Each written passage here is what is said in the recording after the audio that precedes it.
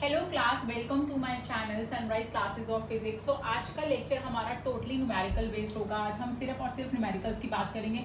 हमने पिछले जितने भी कॉन्सेप्ट किए हैं उन सबके न्यूमेरिकल्स आज हम कवर करेंगे, ठीक है। सो आप देख सकते हैं मेरे बोर्ड पे भी एक न्यूमेरिकल लिखा हुआ है। This numerical is based on the electrical field, ठीक है। इलेक्ट्रिकल फील्ड के ऊपर न्यूमेरिकल बेस्ड है, तो हम इसके ऊपर एक कॉन्सेप्ट लगाएंगे और कॉन्सेप्ट लगा के हम इस न्यूमेरिकल को सॉल्व करेंगे। So class please watch this video carefully and learn the tricks and tips how to solve the certain numericals, कैसे न्यूमेरिकल सॉल्व किए जाते हैं, ठीक है। तो आपको हेल्प होगा, बहुत ज़्यादा हेल्प होगा अगर आप इन वीडियो को देखेंगे। So let's begin with our numerical. So class, इस वीडियो में हमारे पास दो पॉइंट चार्जेस थे, +2 microcoulomb and -2 microcoulomb are located at 10 centimetre apart. So this is the wording of our question, जो मैं रीड कर रही हूँ, ये हमारे क्वेश्चन की वर्डिंग है। सो हमारे पास दो चार्जेस हैं, +2 microcoulomb and -2 microcoulomb. They are located at 10 centimetre apart in a air. हमें इलेक्ट्रिकल फील्ड निकालना है। हमें क्या बोला है, हमें इलेक्ट्रिकल फील्ड निकालने के लिए बोला है। तो they have told us to calculate the electrical field at mid point P on the line RS joining the two charges, ठीक है। तो हमें दो चार्जेस दे दिए, उनके बीच का डिस्टेंस दे दिया और हमें क्या बोला गया, उन दोनों चार्जेस को जो लाइन ज्वाइन कर रही है वहां पे ज्वाइनिंग लाइन पे मिड पॉइंट पे एक पॉइंट है P। आपको इस P पॉइंट पे you have to find out the electric field. So class, मेरे पास जो न्यूमेरिकल्स में बोला गया था, मैंने उसको एक पिक्चर फॉर्म दे दिया, तो मैंने उसको एक डायग्राम का फॉर्म दिया। सो मैंने एक R और एक S एक लाइन लिया, ठीक है। उसके ऊपर मैंने +2 माइक्रोकूलम का एक तरफ चार्ज और दूसरी तरफ मैंने -2 माइक्रोकूलम का चार्ज लिया। उन दोनों को 10 सेंटीमीटर, दोनों के बीच में मैंने डिस्टेंस रखा 10 सेंटीमीटर, ठीक है। और मैंने P मिड पॉइंट ले लिया, इस लाइन का, RS लाइन का मैंने P क्या ले लिया, एक मिड पॉइंट ले लिया। सो क्लास, अब हम लोग क्या करना है, ठीक है। मुझे गिवन क्या क्या है पहले मैं लिख लेती हूँ। मेरे को दो चार्जेस गिवन है, Q1 विच इज 2 माइक्रोकूलम, ठीक है, पॉजिटिव 2 माइक्रोकूलम, और Q2 है दैट इज अ -2 माइक्रोकूलम। मुझे 2A दे रखा है दैट इज माई 10 सेंटीमीटर, ठीक है। सो सेंटीमीटर है तो उसे मीटर में कन्वर्ट कर लेते हैं, और मेरे पास A क्या हो जाएगा, A will be my 5 centimetre. So that will be 5 × 10⁻⁻2 metre. Centimetre में था इसलिए मीटर में कन्वर्ट कर लिया, ठीक है क्लास। एंड P पॉइंट पे मुझे बोला है कि P पॉइंट पे आपको क्या निकालनी है, P पॉइंट पे you have to find out the electric field. तो क्लास, अब हम क्या करेंगे, आपको पता है ये डाइपोल है, this is a purely a dipole because it have two charges which have a same magnitude but a different polarity. तो आपको पता है कि जो इलेक्ट्रिक डाइपोल्स हैं, जो इलेक्ट्रिक डाइपोल्स होते हैं, ठीक है, उन पे टोटल चार्ज क्या होता है, टोटल चार्ज क्या होता है इलेक्ट्रिक डाइपोल पे, that will B 0। Total charge electric पे क्या होता है, इलेक्ट्रिक डाइपोल पे 0 होता है। तो आपके पास अगर एक चार्ज है Q1, दूसरा चार्ज है Q2, ठीक है, तो इनका सम क्या होगा, 0 के इक्वल होगा। आप देख सकते हैं Q1 की वैल्यू है +2 माइक्रोकूलम और Q2 की वैल्यू है -2 माइक्रोकूलम। तो आप जब इनको प्लस माइनस करेंगे तो आंसर विल बी 0। सो हम इलेक्ट्रिक डाइपोल को एक साथ तो हम बिल्कुल सॉल्व नहीं कर सकते क्योंकि टोटल चार्ज 0 आ जाएगा। जब चार्ज ही नहीं रहेगा तो हम इलेक्ट्रिकल फील्ड किसका निकालेंगे। तो इस वजह से मुझे क्या करना पड़ेगा, इसी वजह से मैंने इन दोनों चार्जेस को सेपरेटली ट्रीट करने का सोचा, ठीक है। तो मैं क्या करूंगी, इस चार्ज की सेपरेट इलेक्ट्रिकल फील्ड निकालूंगी P पॉइंट पे, और इस चार्ज की सेपरेट इलेक्ट्रिक फील्ड निकालूंगी P पॉइंट पे। तो इन दोनों चार्जेस के जो चार्जेस R और S पे प्रेजेंट हैं, इन दोनों की इलेक्ट्रिकल फील्ड हम सेपरेटली निकालेंगे। कहाँ निकालेंगे हम, P पॉइंट पे, ठीक है क्लास। तो फॉर दैट E1 शुरू करते हैं। तो मैंने E1 ले लिया। E1 is the electric field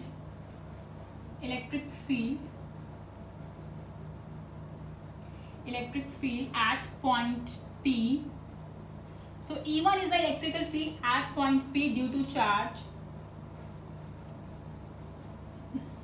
charge present at R, ठीक है। जो चार्ज है R पे, उसकी वजह से P पॉइंट पे कितना इलेक्ट्रिकल फील्ड है मुझे ये निकालना है। तो आपको मैंने पहले ही बताया है, पहले समझा चुकी हूँ मैं ये बात, आपको पहले ये बात क्लियर कर चुकी हूँ कि जिस भी पॉइंट पे हमें क्या रखना है, जिस भी पॉइंट पे हमें इलेक्ट्रिकल फील्ड निकालना है, वहाँ क्या रख देना है, टेस्ट चार्ज, ठीक है। टेस्ट करने के लिए इलेक्ट्रिकल फील्ड हमें क्या रख देना है, टेस्ट चार्ज। तो जिस भी पॉइंट पे, जहाँ पे भी आपको इलेक्ट्रिकल फील्ड निकालने के लिए बोला हो, आंखें बंद करके वहाँ पे टेस्ट चार्ज रख दें। जब तक टेस्ट चार्ज नहीं रखेंगे तब तक आप इलेक्ट्रिकल फील्ड नहीं निकाल पाएंगे, ठीक है। सो P पॉइंट पे इलेक्ट्रिकल फील्ड निकालना था, सो मैंने ऊपर एक टेस्ट चार्ज रख दिया। Test charge is always a +1 coulomb, ठीक है। तो अब हम क्या करेंगे, अब हम इस चार्ज की जो R पे चार्ज है, हम इस चार्ज की इलेक्ट्रिकल फील्ड निकालेंगे। कहाँ निकालेंगे हम, P पॉइंट पे। कहाँ निकालेंगे हम, P पॉइंट पे। तो कौन सा फॉर्मूला लगाएं, तो फॉर्मूला कौन सा लगाएं, इसके लिए आप थोड़ा सा आपको पीछे जाना पड़ेगा, मेरी पिछली वीडियोस को देखना पड़ेगा। तो आपको एक फॉर्मूला मिलेगा मेरी पिछली वीडियोस में, जिसमें था 1/4 πε0 Q अपॉन आर स्क्वायर। तो ये किसका फॉर्मूला था क्लास? थोड़ा सा स्ट्रेस डालेंगे तो आपको अपने दिमाग में थोड़ा सा स्ट्रेस डालना पड़ेगा, तो आपको याद आ जाएगा कि ये जो फॉर्मूला था, this is the formula electrical field due to a point charge. तो मैंने एक वीडियो अपलोड किया था जिसमें मैंने वीडियो का जो टाइटल था that is electrical field due to a point charge. किसी एक चार्ज की वजह से, किसी एक पॉइंट चार्ज की वजह से कितना इलेक्ट्रिकल फील्ड जनरेट होता है किसी सर्टन पॉइंट पे। तो हमारे पास सिचुएशन बिल्कुल सूट कर रही है, हमें किसी एक चार्ज की इलेक्ट्रिकल फील्ड निकालनी है किसी दूसरे पॉइंट पे। तो ये चार्ज कितनी इलेक्ट्रिकल फील्ड प्रोड्यूस करेगा पी पॉइंट पे, तो this is the point charge, how much electrical field is producing at that point P point. तो हम इसके लिए हमें ये फॉर्मूला बिल्कुल फिट इन हो रहा है, तो हम ये फॉर्मूला यूज कर लेंगे। तो फॉर्मूला क्या है हमारे पास? फॉर्मूला है 1/4 pi epsilon naught Q upon r square. सबसे पहले फॉर्मूला लिखिए class, is very necessary because CBSE की मार्किंग स्कीम में हमारे पास जो हाफ मार्क्स है that is purely related to the formula writing. तो जब आपने फॉर्मूला लिखा होगा तो आपका चाहे पीछे आंसर सारा गलत भी हो जाए तब भी आपको हाफ मार्क्स उस न्यूमेरिकल के मिल जाएंगे। सो it will be very good class अगर एक ही न्यूमेरिकल में 2 फॉर्मूला यूज हो रहे हैं और वो न्यूमेरिकल 3 मार्क्स का है, और अगर आप दोनों फॉर्मूला लिख देते हैं तो एटलीस्ट आपको 3 में से 0 नहीं मिलेगा, आपको 3 में से 1 मिल जाएगा, क्योंकि दोनों फॉर्मूलाज के हाफ ऑफ मार्क्स आपको मिल जाएंगे। ठीक है class? So I think it's a very good advice to you कि please always write the formula before starting your numerical, and plus the formula should be suitable to that numerical also. So class अभी हम कौन सी electrical field निकाल रहे हैं? E1 electrical field निकाल रहे हैं, that is 1/4 pi epsilon not. ठीक है, कितना चार्ज है हमारे पास? हम Q1 चार्ज और डिस्टेंस कितना है आर स्क्वायर कितना होगा? हम जो चार्ज आर पे है, चार्ज कहाँ पे है? आर पे, और इलेक्ट्रिकल फील्ड कहाँ निकाल रहे हैं? पी पे। तो डिस्टेंस कितना हो जाएगा? बेसिकली आर पी का स्क्वायर। ठीक है क्लास, गॉट माई पॉइंट?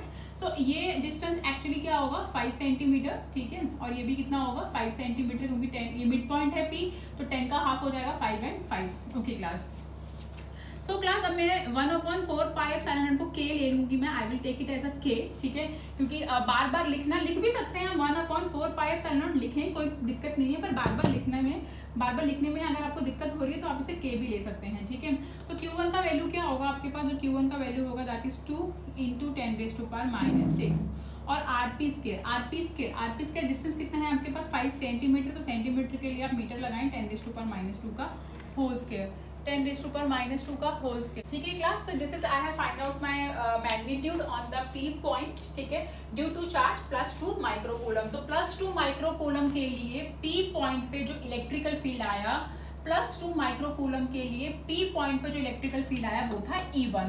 तो मैग्नीट्यूड पता लग गया, इसे सॉल्व नहीं करूंगी मैं। ठीक है, मैग्नीट्यूड पता लग गया, तो now let's find out the direction also. So direction भी निकाल लेते हैं इसकी। तो डायरेक्शन के लिए I put vector sign on it. तो डायरेक्शन क्या होगी क्लास? देखिए, अब ये भी पॉजिटिव है, ये भी पॉजिटिव है, दोनों का सेम नेचर है। ठीक है, दोनों पॉजिटिव हैं, दोनों का सेम नेचर है। तो जब दो चार्जेस का सेम नेचर होता है, दे स्टार्ट रिपेलिंग। तो ये सोर्स चार्ज बड़ा है, टेस्ट चार्ज छोटा है, तो सोर्स चार्ज क्या करेगा? टेस्ट चार्ज को अपने से दूर करना शुरू कर देगा, अपने से रिपेल करना शुरू कर देगा। सो बेसिकली जो E1 इलेक्ट्रिकल फील्ड होगी वो पी टेस्ट चार्ज को क्या करेगी? हमसे दूर कर देगी। ठीक है, तो वो क्या करेगी? उसे हमसे आर पॉइंट से दूर कर देगी। ठीक है, क्योंकि रिपल्शन हो रही है, रिपल्शन के कारण जो पी होगा, जो पी पॉइंट होगा, it experience the force of repulsion, so जो इलेक्ट्रिकल फील्ड का जो डायरेक्शन होगा, it's act towards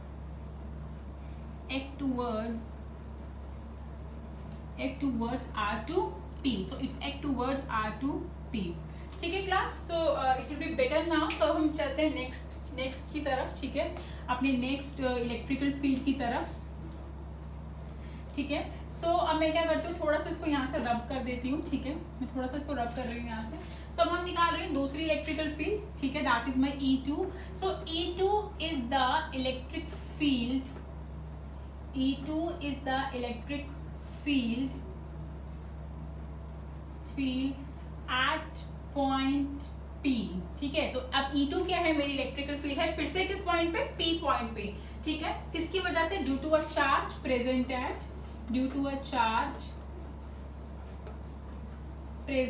eight S। तो पहले हम लोगों ने P पे इलेक्ट्रिकल फील्ड निकाला था, किसकी वजह से निकाला था? Definitely we have find out because of the charge present at R।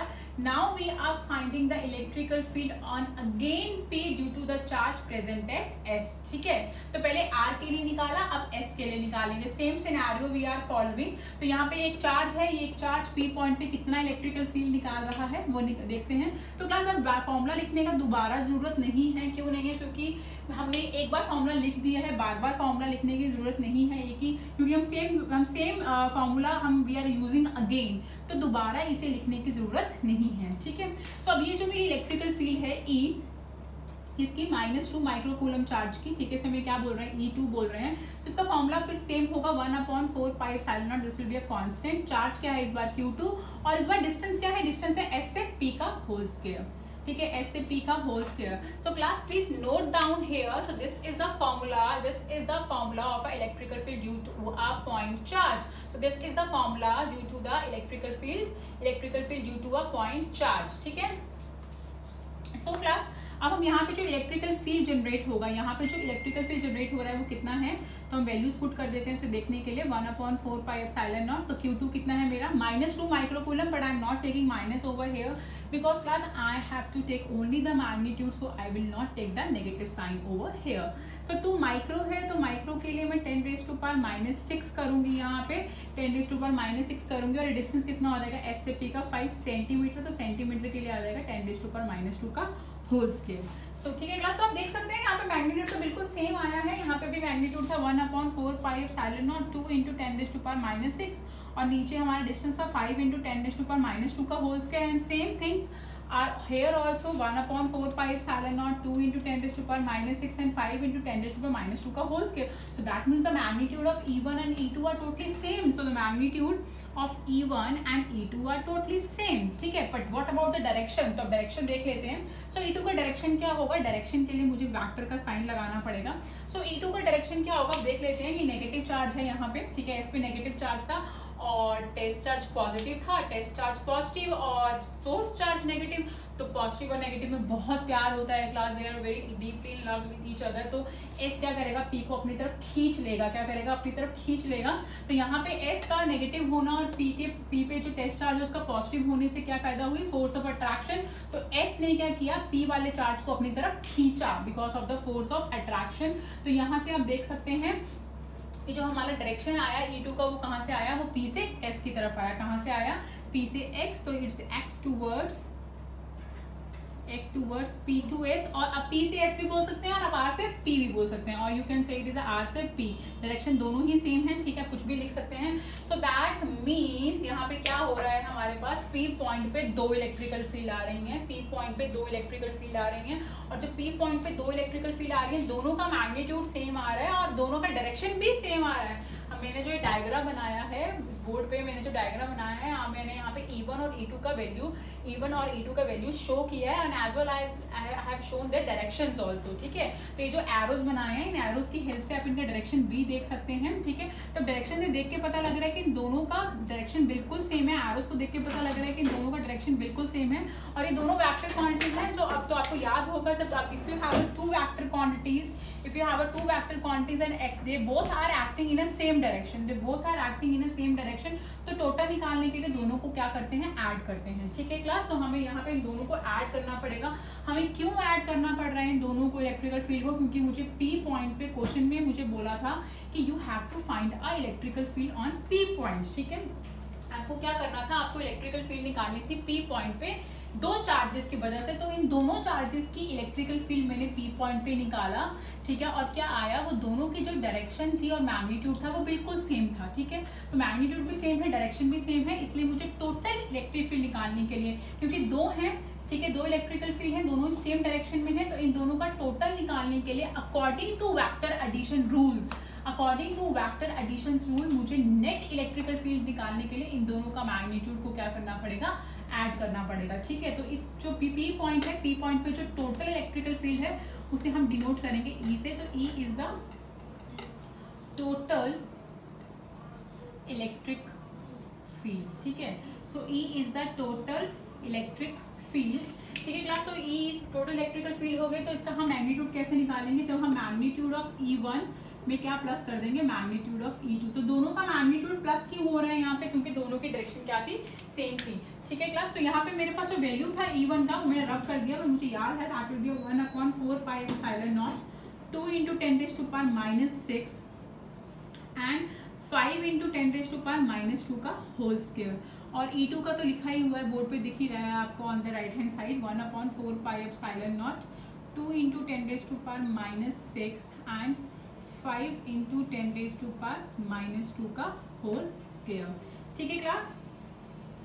So I hope this point is clear to you again. So class यहाँ पे दो चीज़ें एक जैसी completely ऐड हो रही हैं, दो चीज़ें एक जैसी completely ऐड हो रही हैं, तो ये क्या है, ये यहाँ पे क्या आ जाएगा, ट्वाइस आ जाएगा, क्योंकि दो चीज़ें एक जैसी ऐड हो रही हैं तो ये दोनों टर्म्स क्या आ जाएंगी, दो बार आ जाएंगी। ठीक है, दोनों टर्म्स दोनों सेम टर्म्स दो बार आ रही हैं तो ये क्या हो जाएंगी, क्वांटिटी में डबल हो जाएगी।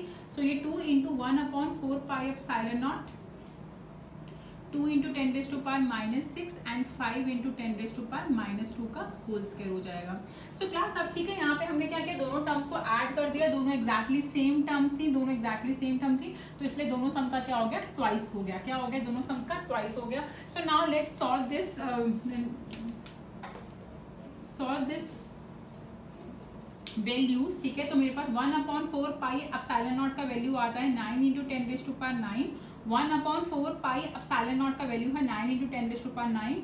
चार्ज हम एज इट इज लिख देते हैं। ठीक है, और यहाँ पे हमारे पास 25 है, 5 का स्क्वायर है तो वो क्या हो जाएगा 25, और ये 10⁻⁻2 का होल स्क्वायर है तो ये क्या हो जाएगा 10⁻⁴।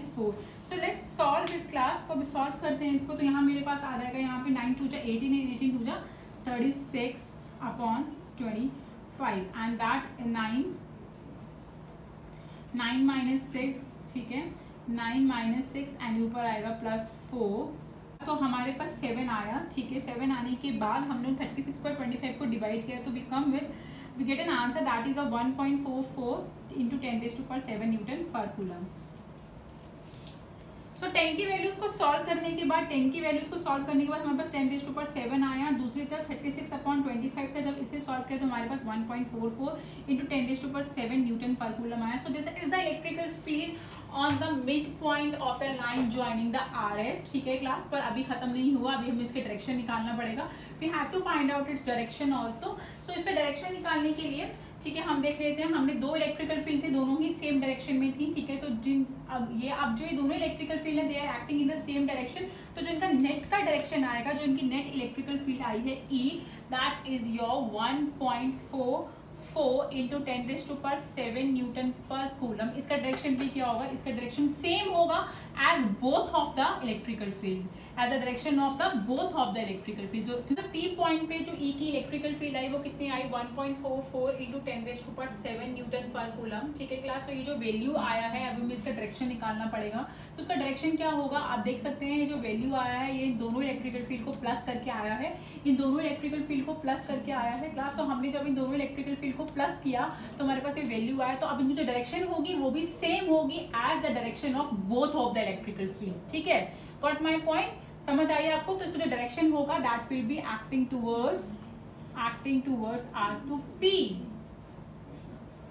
ठीक है, क्योंकि दोनों इलेक्ट्रिकल फील्ड सेम डायरेक्शन में था, जो उनका नेट आएगा उसका डायरेक्शन भी क्या होगा, as equal to the as same to the both direction of electric field. ठीक है क्लास। सो अभी क्लास ये न्यूमेरिकल खत्म नहीं हुआ है, अभी हम इसके B पार्ट पे आएंगे। ठीक है, तो अभी यहाँ पे खत्म नहीं हुआ है, हमने सिर्फ P पॉइंट पे क्या निकाली है, हमने सिर्फ P पॉइंट पे इलेक्ट्रिकल फील्ड निकाली है।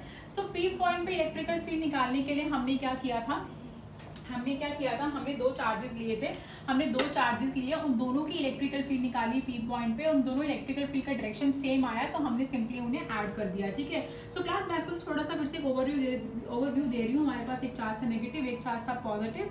ठीक है, यहाँ पे P पॉइंट था। ठीक है, P पॉइंट था, अब हमने क्या किया, जिस पॉइंट पे इलेक्ट्रिकल फील्ड निकालना था वहाँ पे एक टेस्ट चार्ज रख दिया। ठीक है, तो अब क्या हुआ, इसने इसको क्या किया, रिपेल किया, तो इसको भगा दिया अपने से दूर। और सेकेंड चार्ज ने क्या किया, सेकेंड चार्ज ने इसको क्या किया, पहला चार्ज था और ये दूसरा चार्ज था। ठीक है। और सेकंड चार्ज ने क्या किया, सेकंड चार्ज ने इसको अट्रैक्ट किया, जिससे जो दोनों इलेक्ट्रिकल फील्ड प्रोड्यूस हुई on point P they are in same direction, that is why I have added their magnitude. But अगर क्लास मेरे पास केस होता यहाँ पे पॉजिटिव क्यू होता और यहाँ पे भी पॉजिटिव क्यू होता, तो मुझे पी पॉइंट पे इलेक्ट्रिकल फील्ड निकालने के लिए बोला होता, तो व्हाट हैपन नाउ, सो इस केस में क्या होता है, ये मेरे पास फर्स्ट चार्ज होता और ये मेरे पास सेकंड चार्ज होता।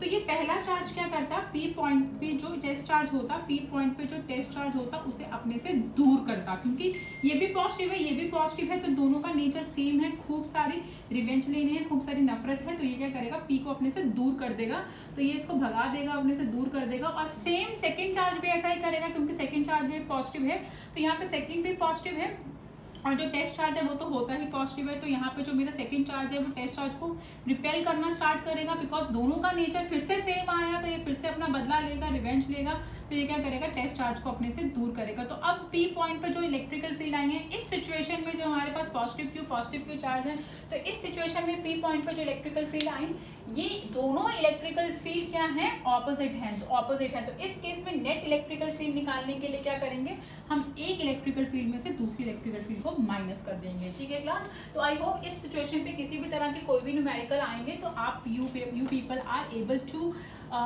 solve that numericals, and if you have any kind of doubt, so please class contact me.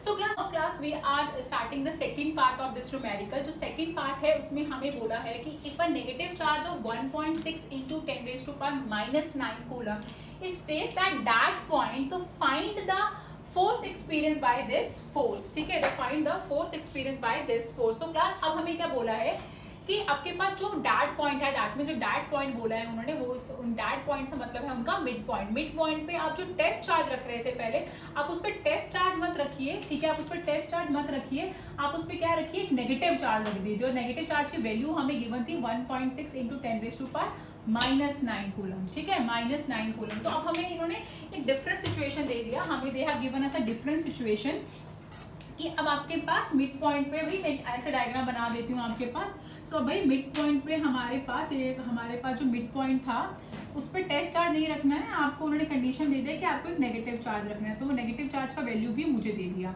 ठीक है। सो अब मुझे बोला कि आपको बताओ find the force experience by this charge. तो अब जो नेगेटिव चार्ज रखा है आपने, इस पर कितना फोर्स लगेगा, कितना फोर्स एक्सपीरियंस होगा। सो क्लास ये इन्होंने बहुत ही अच्छा किया है, ये मुझे न्यूमेरिकल इतना पसंद है क्योंकि इस न्यूमेरिकल में इलेक्ट्रिकल फील्ड के दोनों ही कॉन्सेप्ट क्लियर हो जाते हैं। तो स्टूडेंट्स को जो बहुत बड़ा प्रॉब्लम होता है कि कौन सा इलेक्ट्रिकल फील्ड का फॉर्मूला कहाँ यूज़ करूँ और कौन सा फॉर्मूला कहाँ यूज़ करूँ, तो वो बिल्कुल ही उनका जो कन्फ्यूजन है वो बिल्कुल ख़त्म हो जाता है इस न्यूमेरिकल के अंदर आके। कैसे ख़त्म होता है मैं आपको बताती हूँ, ठीक है। देखिए अभी इससे पहले जो ए वाला पार्ट था इसका, उसमें मैंने जो इलेक्ट्रिकल फील्ड का फॉर्मूला लगाया था that will B E = 1/4 pi epsilon naught Q upon R square, ठीक है। तो this is the formula I have applied, ठीक है, इन द प्रीवियस पार्ट, ठीक है। तो ये फॉर्मूला मैंने क्यों लगाया है वहाँ पे, क्यों लगाया था मैंने फॉर्मूला, क्योंकि this formula is applicable to find the electrical field due to a point charge, ठीक है, due to a point charge. पर अभी ऐसा नहीं है, अभी जो मेरा सिचुएशन है उसमें मुझे एक पॉइंट है जहाँ पे एक चार्ज पड़ा है और उस पॉइंट की जो इलेक्ट्रिकल फील्ड है मुझे वो भी पता है। उस पॉइंट पे जो इलेक्ट्रिकल फील्ड आया था वो था 1.44 इंटू 10⁻⁷ न्यूटन पर कूलम। तो इस पॉइंट पे मुझे इलेक्ट्रिकल फील्ड पता है, इस पॉइंट का मुझे टेस्ट चार्ज पता है। सो मैं इसी पॉइंट पे चार्ज है और इसी पॉइंट पे मैं इलेक्ट्रिकल फील्ड कैसे निकाल सकूँ। सो अब क्लास जो मैं फॉर्मूला लगाऊंगी E = F upon Q0, E = F upon Q0. So this is the formula, ठीक है, we are going to use over here. Why we are going to use this formula over here? Because this formula is applicable. कहाँ applicable होता है, जिस जगह पे या तो हमें फोर्स गिवन हो, चार्ज पता हो, तो हम इलेक्ट्रिकल फील्ड निकाल सकते हैं, ठीक है। यहाँ ये जो फॉर्मूला होता है, why I am using this formula, because this formula is the electrical field intensity at any point, electrical field intensity at any point, तो ये जो हमारे पास फॉर्मूला था ऊपर वाला, ये सिर्फ और सिर्फ पॉइंट चार्ज के लिए एप्लीकेबल है, तो किसी एक चार्ज की इलेक्ट्रिकल फील्ड निकालनी है। पर ये जो फॉर्मूला है हम किसी भी जगह पे, किसी भी पॉइंट पे, किसी भी किसी भी वजह से लगा सकते हैं, ठीक है। तो अगर मेरे पास एक स्पेस है और उस स्पेस पे हमें फोर्स पता है और चार्ज पता है, तो हमें फोर्स और चार्ज को डिवाइड करके हम वहाँ की इलेक्ट्रिकल फील्ड निकाल सकते हैं। एंड मोर ओवर इस फॉर्मूला का जो फिजिकल सिग्निफिकेंस है, अगर हमें किसी जगह की इलेक्ट्रिकल फील्ड पता है और हमें वहाँ का चार्ज पता है, तो वहाँ उस जगह की हम उस स्पेस की हम फोर्स कैलकुलेट कर सकते हैं। तो basically these are the two formulas of electrical field. The first formula is used and applicable for a point charge, ठीक है। सो पिछले न्यूमेरिकल में आपको एक पॉइंट बिल्कुल समझ आया, और सेकेंड पार्ट में हम ये फॉर्मूला यूज कर रहे हैं क्योंकि ये फॉर्मूला इलेक्ट्रिकल फील्ड इंटेंसिटी का है किसी भी पॉइंट पे, ठीक है। Electrical field intensity at any point due to any body और ऑब्जेक्ट, किसी भी ऑब्जेक्ट की, किसी भी बॉडी की अगर मुझे इलेक्ट्रिकल फील्ड निकालनी हो तो हम कौन सा फॉर्मूला यूज करते हैं, E = F/Q0। किसी पॉइंट की, किसी जगह की, किसी पॉइंट की मुझे इलेक्ट्रिकल फील्ड निकालनी है तो मैं ये फॉर्मूला यूज करूंगी, ठीक है क्लास। तो यहाँ पे मुझे इस जगह की इलेक्ट्रिकल फील्ड पता है, ठीक है। इस जगह की जो इलेक्ट्रिकल फील्ड है that is 1.44 × 10⁷ Newton per coulomb. यहाँ पे कितना चार्ज है, यहाँ पे चार्ज है -1.6 × 10⁻⁹ कूलम का, और यहाँ की मुझे फोर्स निकालनी है। So this formula is bestly suited in this situation. So I have used this formula E = F/Q0। So मेरा जो E था वो था 1.44 × 10⁻⁷, ठीक है। मुझे फोर्स नहीं मालूम मेरी, और मेरा जो चार्ज था दैट विल बी -1.6 × 10⁻⁹, ठीक है क्लास। तो मैं यहाँ पे इसको ऊपर ले जाऊंगी, मैं ऊपर वाला पार्ट रब कर रही हूँ, I am rubbing this part. So force निकालने के लिए मैं इस पार्ट को ऊपर ले जाती हूँ। सो this is my 1.44 × 10⁻⁷ multiply by -1.6 × 10⁻⁹ coulomb. So class यहाँ पे जो फोर्स आएगा वो नेगेटिव में आने वाला है, ठीक है। आप इन दोनों को मल्टीप्लाई करके कुछ भी आए, पर ये जो फोर्स है ये नेगेटिव में आने वाला है, और जो ये नेगेटिव डायरेक्शन आएगा आपके पास, ये जो नेगेटिव डायरेक्शन आने वाला है क्लास आपके पास, ये नेगेटिव डायरेक्शन किसका होगा, फोर्स का होगा। किसका होगा ये negative direction? So this negative direction is completely of force. तो ये नेगेटिव डायरेक्शन फोर्स का होने वाला है। सो आप लोगों को ये जो नेगेटिव डायरेक्शन ये फोर्स का मिलेगा, तो आप इसलिए आपको यहाँ पे फोर्स के ऊपर आपको एक पैर डालना पड़ेगा वेक्टर का साइन, क्योंकि आप नेगेटिव लगा रहे हैं, और ये नेगेटिव जो वैल्यू है ये that is negative value is indicating the direction of a force, ठीक है। And that means this force is opposite to the electric field. So this force is opposite to the electrical field, that is why this negative sign is indicated over here. So class ये numerical यहीं पे खत्म हो गया हमारा, this numerical is over here. But class ये numerical मुझे बहुत पसंद आया, क्योंकि इसी एक न्यूमेरिकल के अंदर हमने 2 इलेक्ट्रिकल फील्ड के फॉर्मूलाज यूज किए हैं। सो मेरे को लगता है कि अब आपको बिल्कुल क्लियर है कि कौन सा फॉर्मूला कहाँ लगाना है। अगर आपको किसी पॉइंट पे, किसी जगह का इलेक्ट्रिकल फील्ड निकालनी है तो आप ये फॉर्मूला यूज करेंगे, पर अगर आपको एक चार्ज की इलेक्ट्रिकल फील्ड निकालनी है तो आप ये फॉर्मूला यूज करने वाले हैं, ठीक है क्लास। सो क्लास एनसीईआरटी में एक क्वेश्चन है, एनसीईआरटी का क्वेश्चन है बैक साइज का 1.8, तो वो एज इट इज ऐसा ही क्वेश्चन है, तो आप प्लीज उसको ट्राई करें, उस क्वेश्चन को ट्राई करें। और अगर आपसे नहीं सॉल्व हो रहा है, if you are not able to solve that question after even watching this video, तो please contact me, don't hesitate, because this is a very important concept to understand, ठीक है class. So next we are moving to our next numerical. Now class, this is my second question, and this question is totally based on the electrical field in axial line and equatorial line. और class आज जो ये हम numerical solve करने वाले हैं axial और equatorial line का, ये हम फॉर्मूला लगा के यूज़ नहीं करेंगे, ये हम मैथड से यूज़ करेंगे, ठीक है। मेरा इसके पीछे एक रीज़न है, ये न्यूमेरिकल को मैथड से सॉल्व करवाने का, कॉन्सेप्ट से सॉल्व करवाने का, क्योंकि कभी कभी क्या होता है कि with the passage of time, ठीक है, आपको बहुत सारे फॉर्मूलाज ऐड होने शुरू हो जाएंगे आपके मेमोरीज में, बहुत सारे चैप्टर होने शुरू हो जाएंगे, तो बहुत सारे formulas will be start going to add in your memory, and then definitely क्या होगा हमारे पास, definitely the things will like आप भूलना शुरू हो जाएंगे, ठीक है। आप कुछ फॉर्मूलाज को भूलना शुरू हो जाएंगे, और कभी कभी क्या होता है एग्जाम का स्ट्रेस इतना ज़्यादा हो जाता है कि हमें कुछ फॉर्मूलाज आते हुए दिमाग से स्किप हो जाते हैं। सो इस सिचुएशन के लिए हमें, अगर आपको कोई मेथड आता होगा उस न्यूमेरिकल को, फॉर्मूला भूल गया है, पर उस न्यूमेरिकल का मेथड आता होगा, तो you apply that concept, you apply that systematic steps, and आप उसके बाद आप उसका आंसर निकाल सकेंगे, ठीक है। So this method is totally based on the derivation. जिनको डेरिवेशन अच्छे से आता होगा उनको मैथड भी बहुत अच्छे से बहुत ईजिली समझ आ जाएगा। एक्सियल लाइन की एक्सेल लाइन की डेरिवेशन में हमने जो जो स्टेप्स फॉलो किए थे उसका फॉर्मूला निकालने के लिए, जनरल फॉर्मूला निकालने के लिए हम वही सेम स्टेप यहाँ यूज़ करेंगे एक्सेल लाइन पे इलेक्ट्रिकल फील्ड निकालने के लिए। एंड इलेक्ट्रिकल फील्ड पे हमने जो कॉन्सेप्ट यूज़ किया था the same concept I am going to use over here for the finding the electrical field at a equatorial line. So class let's move further. तो class अभी मैं फिलहाल मैं क्या कर रही हूँ, मैं जो इक्वेटोरियल लाइन है उसको भूल जा रही हूँ और मैं सिर्फ और सिर्फ आपसे बात कर रही हूँ एक्सेल लाइन की, ठीक है। तो हमारे पास हमें चार्ज दिया हुआ था, हमें जैसे क्वेश्चन में लिखा हुआ है, द क्वेश्चन सेज दैट कि we have a 2 point charges Q1 and Q2 of 10⁻⁻8 coulomb. So हमारे पास दो चार्जेस हैं, एक चार्ज है हमारे पास इस R पॉइंट पे और दूसरा चार्ज है हमारे पास इस Q पॉइंट पे। एक चार्ज है हमारे पास, ये जो चार्ज है ये प्लस माइनस है, तो एक चार्ज है हमारे पास +10 ⁻⁻8 कूलम और जो दूसरा है वो है हमारे पास -10⁻⁻8 कूलम। तो एक चार्ज था +10⁻⁸ कूलम का, दूसरा था -10⁻⁻8 कूलम। तो अब हमें क्या करना है, हमें इनके बीच का डिस्टेंस भी दे रखा है विच इज 0.1 मीटर, ठीक है।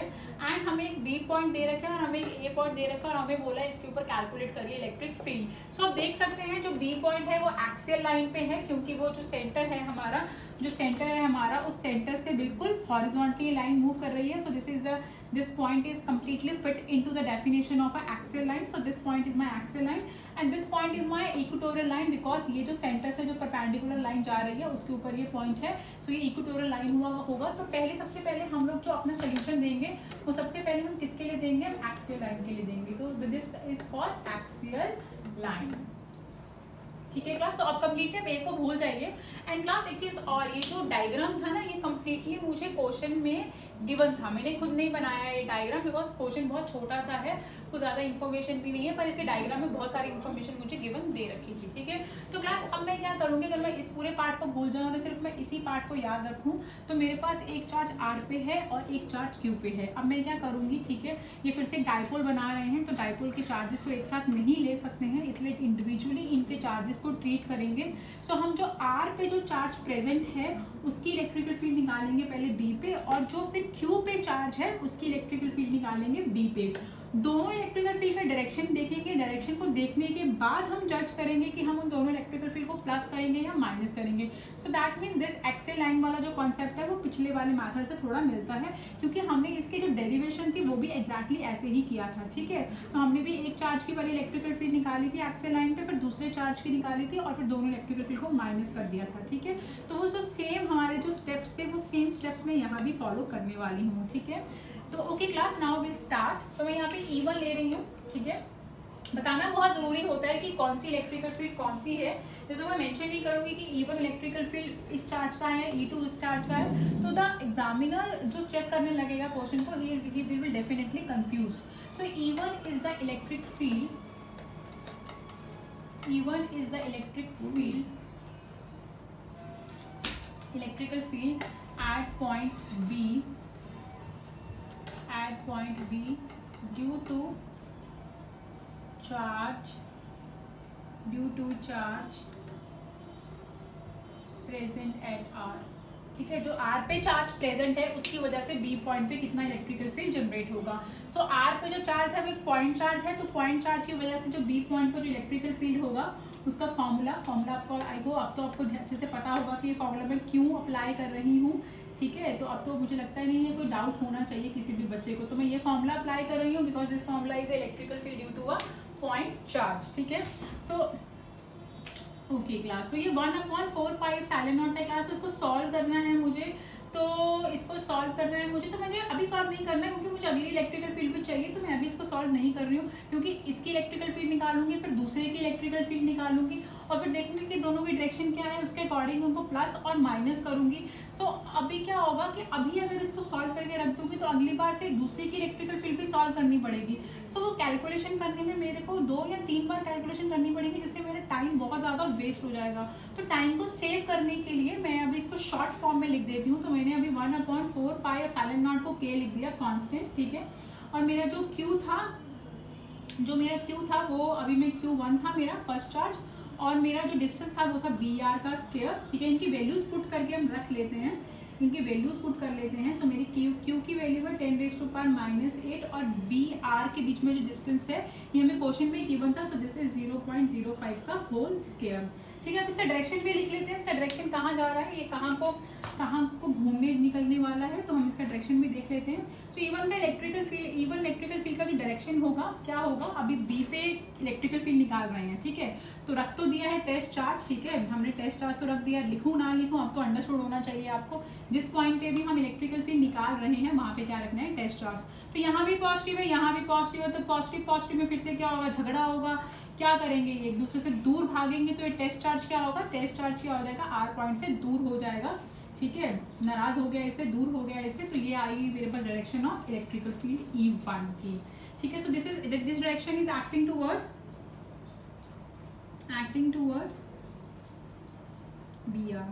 सो क्लास इस तरह से ना डायरेक्शन लिखना तो ठीक है, पर आप डायरेक्शन जो है ना वो डायग्राम में जरूर शो करिए एग्जाम्स में, क्योंकि जिससे क्या होता है ना, जो एग्जामिनर होता है उसको आपके कॉन्सेप्ट की क्लैरिटी बहुत ज़्यादा हो जाती है। उसे कॉन्सेप्ट की क्लैरिटी ज़्यादा होगी तो वो आपको नंबर भी अच्छे से देगा। ठीक है, वो किसी स्टेप पे नंबर नहीं काटेगा। यहाँ लिखना is very good, but please do show the direction. आप डायरेक्शन शो करिए, do show the direction of electrical field. ठीक है, इससे क्या होता है, कॉन्सेप्ट और अच्छे से बिल्डअप हो जाता है एग्जामिनर को जो पेपर चेकिंग के टाइम पे कोई कंफ्यूजन क्रिएट नहीं होती और वो फटाफट आपको नंबर देता जाता है।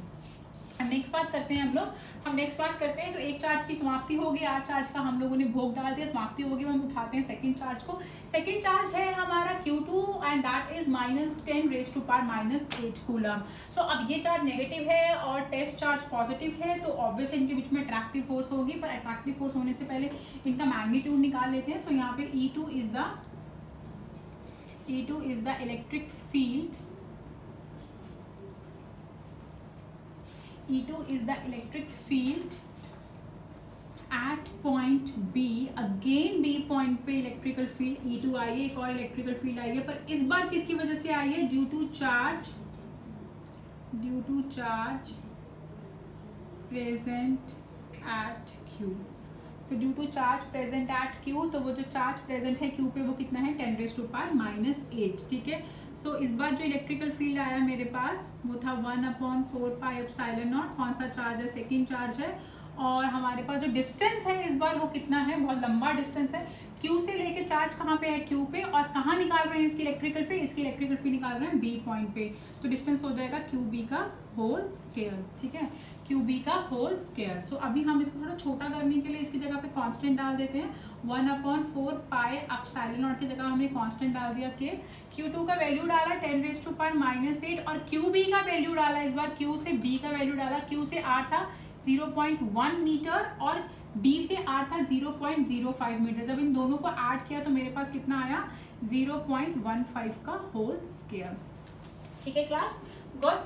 सो अब हम E2 का भी हमें वैल्यू पता लग गया, जो इस चार्ज की वजह से P पॉइंट पे कितना कितना इलेक्ट्रिकल फील्ड पैदा हुआ। इलेक्ट्रिकल फील्ड पैदा हुआ K × 10⁻⁸ का whole square. So now class अब हम क्या करेंगे, इसकी डायरेक्शन निकालेंगे। सो इसकी डायरेक्शन निकालने के लिए मैंने ऊपर ले लिया एक वेक्टर। क्या लिया मैंने, एक vector. So I have taken a vector. So मैंने जो वेक्टर लिया मैंने यहाँ पे, सो इसका डायरेक्शन वेक्टर लिख लिया है, जो डायरेक्शन लिखना पड़ेगा। So this acts towards B to Q। कहाँ जाएगा ये, किस तरफ एक्ट करेगा, B से Q की तरफ। So it's act towards B to Q। ठीक है, सो क्लास अब हम यहाँ पे डायरेक्शन दिखा देते हैं, क्योंकि क्यों कर रहा है, B से क्यों एक्ट कर रहा है, क्योंकि ये नेगेटिव है और ये पॉजिटिव है। पहले ही डिस्कस कर लिया था मैंने, ये पॉजिटिव है और ये नेगेटिव है। तो ये नेगेटिव पॉजिटिव में बहुत प्यार होगा, क्योंकि नेगेटिव और positive charge they start attracting each other. तो यहाँ पे क्या करेगा, जो B होगा वो क्या होगा, Q की तरफ खिंचा हुआ चला जाएगा, तो ये इसकी तरफ खिंच गया। ठीक है, सो अब आप देखिए, एक डायरेक्शन है ग्रीन पेन से और एक है ब्लू पेन से, तो आपको साफ साफ नजर आ रहा है दोनों इलेक्ट्रिकल फील्ड का मैग्नीट्यूड भी है। ठीक है, दोनों का मैग्नीट्यूड सेम नहीं है। ठीक है, दोनों का मैग्नीट्यूड भी है हमारे पास और दोनों की डायरेक्शन भी है। और आप देख सकते हैं इस B पॉइंट पे जो डायरेक्शन आया है वो कम्प्लीटली ऑपोजिट है। वो कम्प्लीटली क्या है, ऑपोजिट है एक दूसरे से। तो इन दोनों का डायरेक्शन आपस में ऑपोजिट है। तो according to vector addition rule इस P पॉइंट पे नेट इलेक्ट्रिकल फील्ड निकालने के लिए क्या करेंगे, इन दोनों को माइनस करना पड़ेगा, ठीक है, क्योंकि वेक्टर एडिशन रूल क्या कहता है, अगर दो वेक्टर क्वांटिटी किसी एक पॉइंट पे ऑपोजिटली एक्ट कर रही हैं, किसी एक पॉइंट पे ऑपोजिटली एक्ट कर रही हैं, तो हम क्या करेंगे, उनका नेट इलेक्ट्रिकल फील्ड निकालने के लिए क्या करेंगे, उन्हें हम लोग क्या करेंगे, हम लोग उन्हें माइनस कर देंगे, ठीक है यहाँ। तो अब हम यहाँ पे हम ले लेंगे बी पॉइंट पे जो नेट इलेक्ट्रिकल फील्ड होगा वो ई हो जाएगा मेरे पास, ठीक है, कितना हो जाएगा मेरे पास, ई हो जाएगा। So E is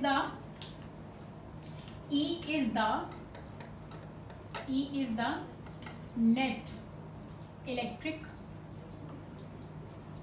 field at point B. So E क्या होगा मेरे पास, ई क्या होगा, E is the net electrical field at point B. So E क्या हो जाएगी, नेट इलेक्ट्रिकल फील्ड हो जाएगी, किस पॉइंट पे हो जाएगी, बी पॉइंट पे हो जाएगी। सो अब क्लास अब ई की वैल्यू तो निकालनी है दोनों को माइनस करके, पर माइनस करने से पहले आपको पता होना चाहिए कौन सी क्वांटिटी बड़ी है, कौन सी क्वांटिटी छोटी है।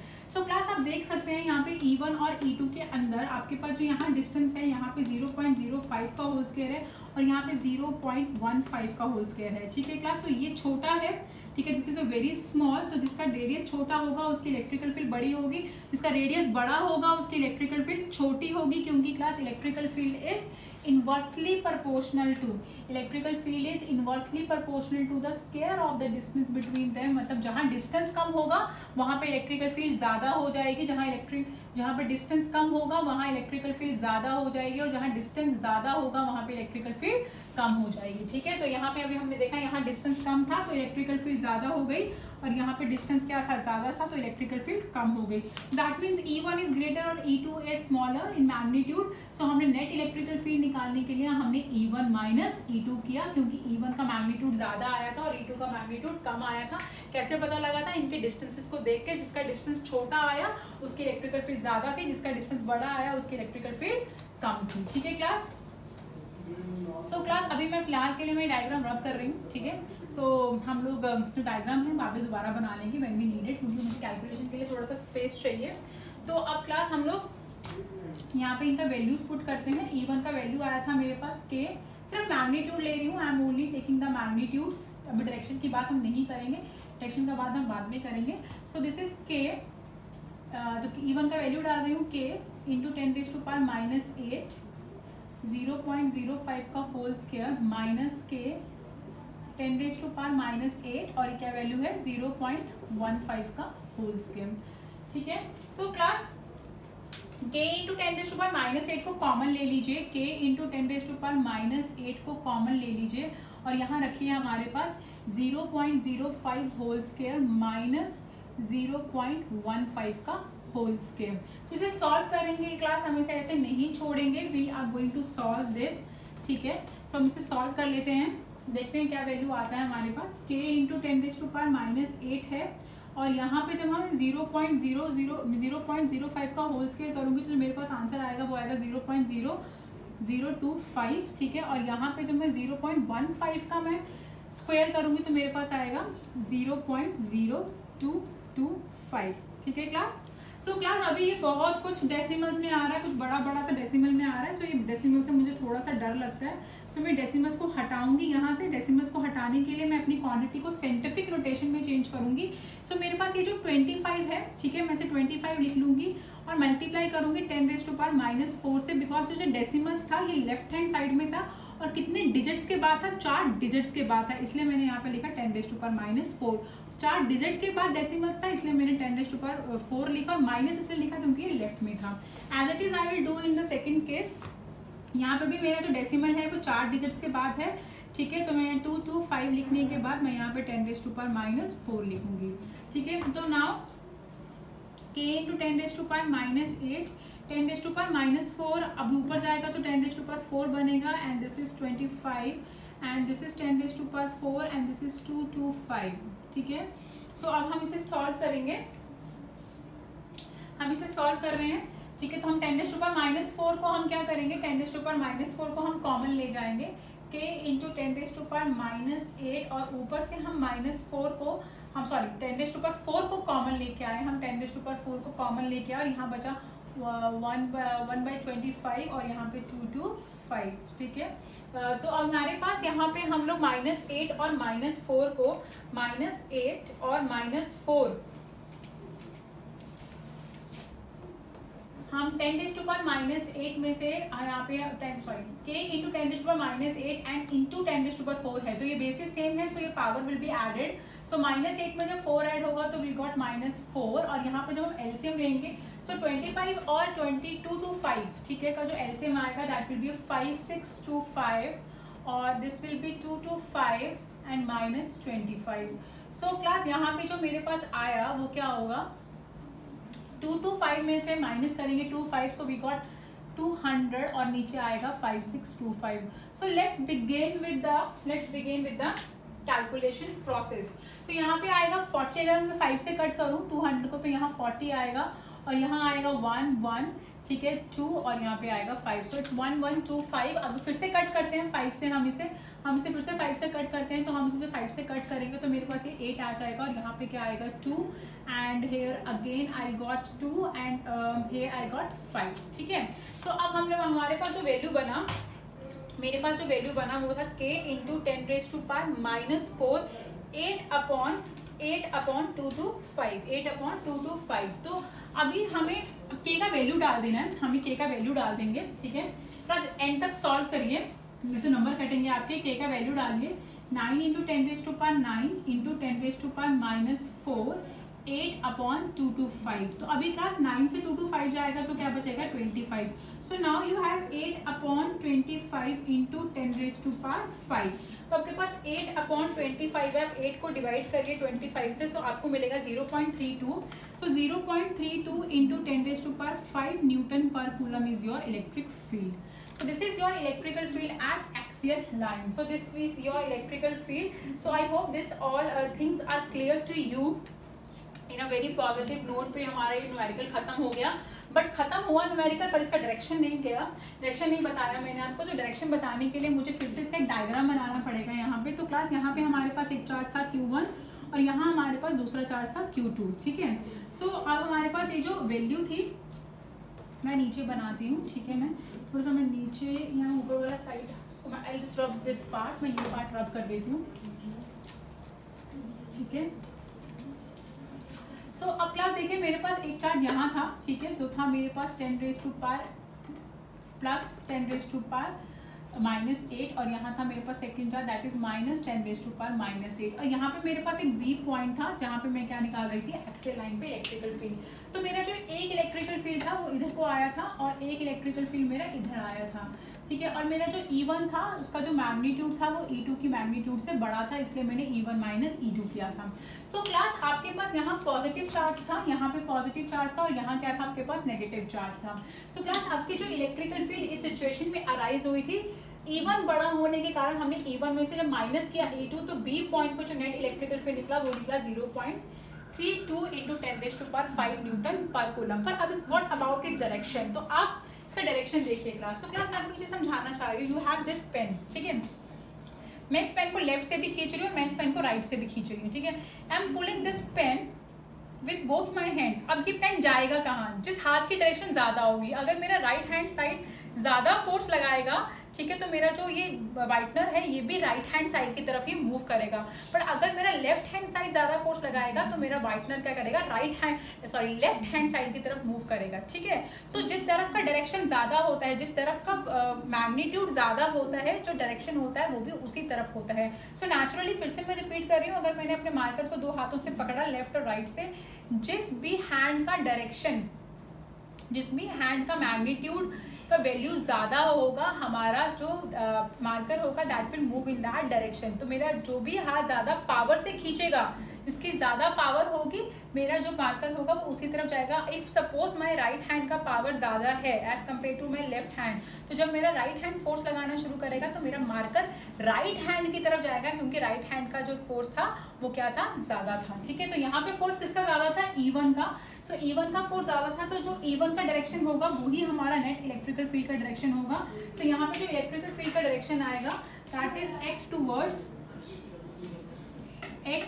यहाँ लिख देती हूँ मैं, x टूवर्ड्स टूवर्ड्स, यहाँ पे आपने यहाँ पे लिया था R और यहाँ था Q, so it's act towards R to B, so it's act towards R to B। ठीक है क्लास, तो E1 का डायरेक्शन ही हमारा नेट इलेक्ट्रिकल फील्ड का डायरेक्शन है, क्योंकि E1 का मैग्नीट्यूड ज्यादा है। सो इस B पॉइंट पे E1 भी फोर्स लगा रहा है, E2 भी फोर्स लगा रहा है, पर E1 का मैग्नीट्यूड ज्यादा होने के कारण जो इलेक्ट्रिक फोर्स होगा, हमारा जो इलेक्ट्रिक फील्ड होगा, that will experience towards B2R, that is in the same case of electrical field of E1।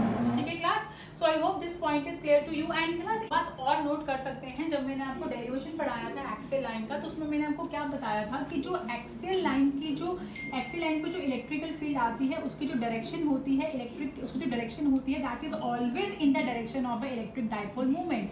सो जो हम लोग ये बी पॉइंट है मेरा एक्सियल पॉइंट पे है, ठीक है, हम क्या कर रहे हैं, इस बी पॉइंट पे इलेक्ट्रिकल फील्ड निकाल रहे हैं। किसकी इलेक्ट्रिकल फील्ड निकाल रहे हैं, इस इलेक्ट्रिक डाइपोल की। ठीक है, सो इलेक्ट्रिक डाइपोल की जो इलेक्ट्रिकल फील्ड आ रही है एक्सियल लाइन पे, वो क्या होगी, that will be in the direction of electric dipole movement. तो इलेक्ट्रिक डाइपोल मूवमेंट हमेशा नेगेटिव से कहाँ होती है, पॉजिटिव चार्ज की तरफ। कहाँ होती है, नेगेटिव से पॉजिटिव चार्ज की तरफ। तो ये नेगेटिव चार्ज था मेरा और ये मेरा पॉजिटिव चार्ज है। सो जो डाइपोल मूवमेंट होगा मेरा, वो होगा नेगेटिव टू पॉजिटिव चार्ज। ठीक है, negative to positive charge in this direction. ठीक है, इस तरह। और जो मेरा इलेक्ट्रिकल फील्ड आया है, इलेक्ट्रिकल फील्ड का जो डायरेक्शन है, इलेक्ट्रिकल फील्ड का डायरेक्शन है, वो किसकी डायरेक्शन की तरफ है, E1 की तरफ। ठीक है, सो जो E1 है that is also towards Q to R, R to B, that is also in this direction। तो यहाँ पे क्या हो गया, ये बात बिल्कुल ट्रू हो गई कि जो एक्सियल लाइन पे जो इलेक्ट्रिकल फील्ड का जो डायरेक्शन आता है due to electric dipole, that is same as the direction of electric dipole movement. तो इलेक्ट्रिक डाइपोल मूवमेंट और इलेक्ट्रिकल फील्ड दोनों का डायरेक्शन क्या है, एक्सियल लाइन पे क्या होता है, बिल्कुल सेम होता है। So we have proved it also. So class अब हम बढ़ेंगे हमने सेकंड पार्ट की तरफ। अब क्लास हम इलेक्ट्रिकल फील्ड निकालेंगे इक्वेटोरियल पॉइंट पे। ठीक है, तो इक्वेटोरियल पॉइंट पे इलेक्ट्रिकल फील्ड निकालने के लिए हम लोगों को डाइपोल दे रखा है। ठीक है, डाइपोल की इलेक्ट्रिकल फील्ड हमें निकालनी है इक्वेटोरियल पॉइंट पे। हमने ये पहले भी सिचुएशन से पहले भी निकले हुए हैं, बट हम तब निकले हैं जब हमने एक डेरिवेशन सॉल्व किया था। तो वो डेरिवेशन जैसे ही सेम स्टेप हम अभी सॉल्व लेंगे और उन्हीं स्टेप्स की हेल्प से हम ये न्यूमेरिकल भी सॉल्व करेंगे। ठीक है, मैं आपको फिर से बता दूं क्लास, मैं डायरेक्ट फॉर्मूला इसलिए पुट नहीं कर रही हूँ क्योंकि I want to prepare you for all situation. तो अगर कोई ऐसी सिचुएशन आती है कभी जब आप फॉर्मूला भूल जाते हैं, ठीक है, बट अगर आपको डेरिवेशन याद है, आपको उसके स्टेप्स याद हैं, तो आप उन स्टेप्स की हेल्प से you can easily find out the numerical. ठीक है, सो अभी क्लास हम लोगों ने ए पॉइंट हमारा इक्वेटोरियल पॉइंट है जहाँ पे हमें इलेक्ट्रिकल फील्ड निकालनी है। सो जहाँ पे इलेक्ट्रिकल फील्ड निकालनी होती है वहाँ पे हम क्या रख देते हैं, टेस्ट चार्ज। तो ये रख दिया हमने टेस्ट चार्ज। ठीक है, तो हमने क्या किया, ए पॉइंट पे रख दिया टेस्ट चार्ज। सो मेरे पास फिर से एक डाइपोल है, तो डाइपोल को फिर से एक साथ ट्रीट नहीं करके हम अलग अलग चार्जेस लेंगे और उन अलग अलग चार्जेस की हम क्या करेंगे, इलेक्ट्रिकल फील्ड निकालेंगे। कहाँ निकालेंगे आप, ए पॉइंट पे।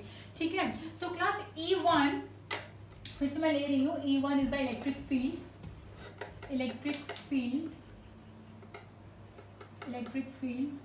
at point A due to charge 10⁻⁻8 coulomb. So 10⁻⁻8 coulomb charge के लिए जो ए पॉइंट पे जो इलेक्ट्रिकल फील्ड पैदा होगी उसका वेरिएबल क्या लिया मैंने, E1। सो ये एक पॉइंट चार्ज है, तो इस एक पॉइंट चार्ज की जो इलेक्ट्रिकल फील्ड होगी ए पॉइंट पे, उसके लिए हम फॉर्मूला यूज करेंगे E1 = 1/4πε0 Q1। सो अब हम इलेक्ट्रिकल फील्ड कहाँ से निकाल रहे हैं, आर से निकाल रहे हैं। कहाँ पे निकाल रहे हैं, ए पॉइंट पे निकाल रहे हैं। सो डिस्टेंस कितना हुआ, so total distance will be RA का होल स्क्वायर। ठीक है, सो क्लास आपको याद होगा डेरिवेशन में ये RA डिस्टेंस निकालने के लिए मैंने पाइथागोरस थ्योरम लगाया था, जिसमें मैंने परपेंडिकुलर का स्क्वायर बेस का स्क्वायर किया था और मैंने हाइपोटेन्यूज फाइंड आउट किया था। मैंने परपेंडिकुलर और बेस का स्क्वायर करके मैंने हाइपोटेन्यूज फाइंड आउट किया था, बट वो जो मैंने हाइपोटेन्यूज फाइंड आउट किया था वो यहाँ करने की जरूरत नहीं है, क्योंकि यहाँ पे मुझे हाइपोटेन्यूज का डिस्टेंस ऑलरेडी गिवन है। क्योंकि ये क्वेश्चन में एक इक्विलेटरल ट्रायंगल दे रखा है और इक्विलेटर की सारी साइड्स इक्वल होती हैं, तो मुझे ये डिस्टेंस गिवन दे रखा है। सो मैं जो अभी दोबारा से वो परपेंडिकुलर और बेस वाला कॉन्सेप्ट करने की जरूरत नहीं है। सो मैं डायरेक्ट वैल्यूज पुट करती हूँ। अपने थोड़ा राइटिंग छोटी करने के लिए मैं ये जो कांस्टेंट है, ठीक है, मैं इसे K लिख देती हूँ। ठीक है, और ये मेरा Q1 है और दिस इज माय Q1 का वैल्यू डाल देते हैं सीधा हम लोग, दैट इज 10⁻⁻8 और RA का वैल्यू क्या है, दैट इज 0.1 का होल स्क्वायर। सब इसका डायरेक्शन देख लेते हैं क्लास। ठीक है, अभी यहाँ पे पॉजिटिव चार्ज है, R पे पॉजिटिव चार्ज है, टेस्ट चार्ज भी पॉजिटिव होता है, तो ये पॉजिटिव पॉजिटिव के बीच में फिर से युद्ध होगा, ठीक है, एक घृणा की भावना पैदा होगी, फोर्स ऑफ रिपल्शन पैदा होगी। सो ये फोर्स ऑफ रिपल्शन की वजह से टेस्ट चार्ज क्या होगा, सोर्स चार्ज से दूर चला जाएगा। सो ये जो हमारा टेस्ट चार्ज है जो हमने ए पॉइंट पे रखा हुआ है, ये सोर्स चार्ज से दूर जाता हुआ ये दूर जा रहा है, सोर्स चार्ज से फिर दूर चला गया सोर्स चार्ज से। तो ये हमारी जो इलेक्ट्रिकल फील्ड है, ये फोर्स ऑफ रिपल्शन वाली इलेक्ट्रिकल फील्ड पैदा हुई, क्योंकि दोनों ही चार्ज क्या थे, पॉजिटिव थे। सो हम डायरेक्शन लिख देते हैं। डायरेक्शन लिखने के लिए हमें ये एक तीर कमान बनाना पड़ेगा, हमें ये वेक्टर का साइन बनाना पड़ेगा। तो वेक्टर का साइन बनाया मैंने और ऊपर नीचे लिख दिया मैंने एक्ट टूवर्ड्स। एक्ट टूवर्ड्स कहाँ जा रही है भाई, ये जा रही है आर से ए की तरफ, एक्ट टूवर्ड्स आर टू ए। तो ये एक चार्ज का काम खत्म हो गया। अब हम बढ़ते हैं दूसरे चार्ज की तरफ। दूसरा चार्ज है मेरा -10⁻⁻8 coulomb. So again I am writing E2 is the electric field,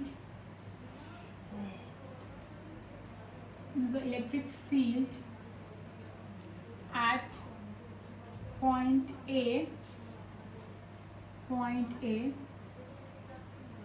due to charge -10⁻⁻8 coulomb, due to charge -10⁻⁻8 coulomb. ठीक है क्लास। तो E2 क्या होगा मेरे पास इस बार, E2 होगा मेरे पास 1/4πε0 Q2, और डिस्टेंस कितना होगा, डिस्टेंस होगा Q से A का स्क्वायर, क्योंकि चार्ज कहाँ है, Q पे, और कहाँ निकाल रहे हैं हम, A पे।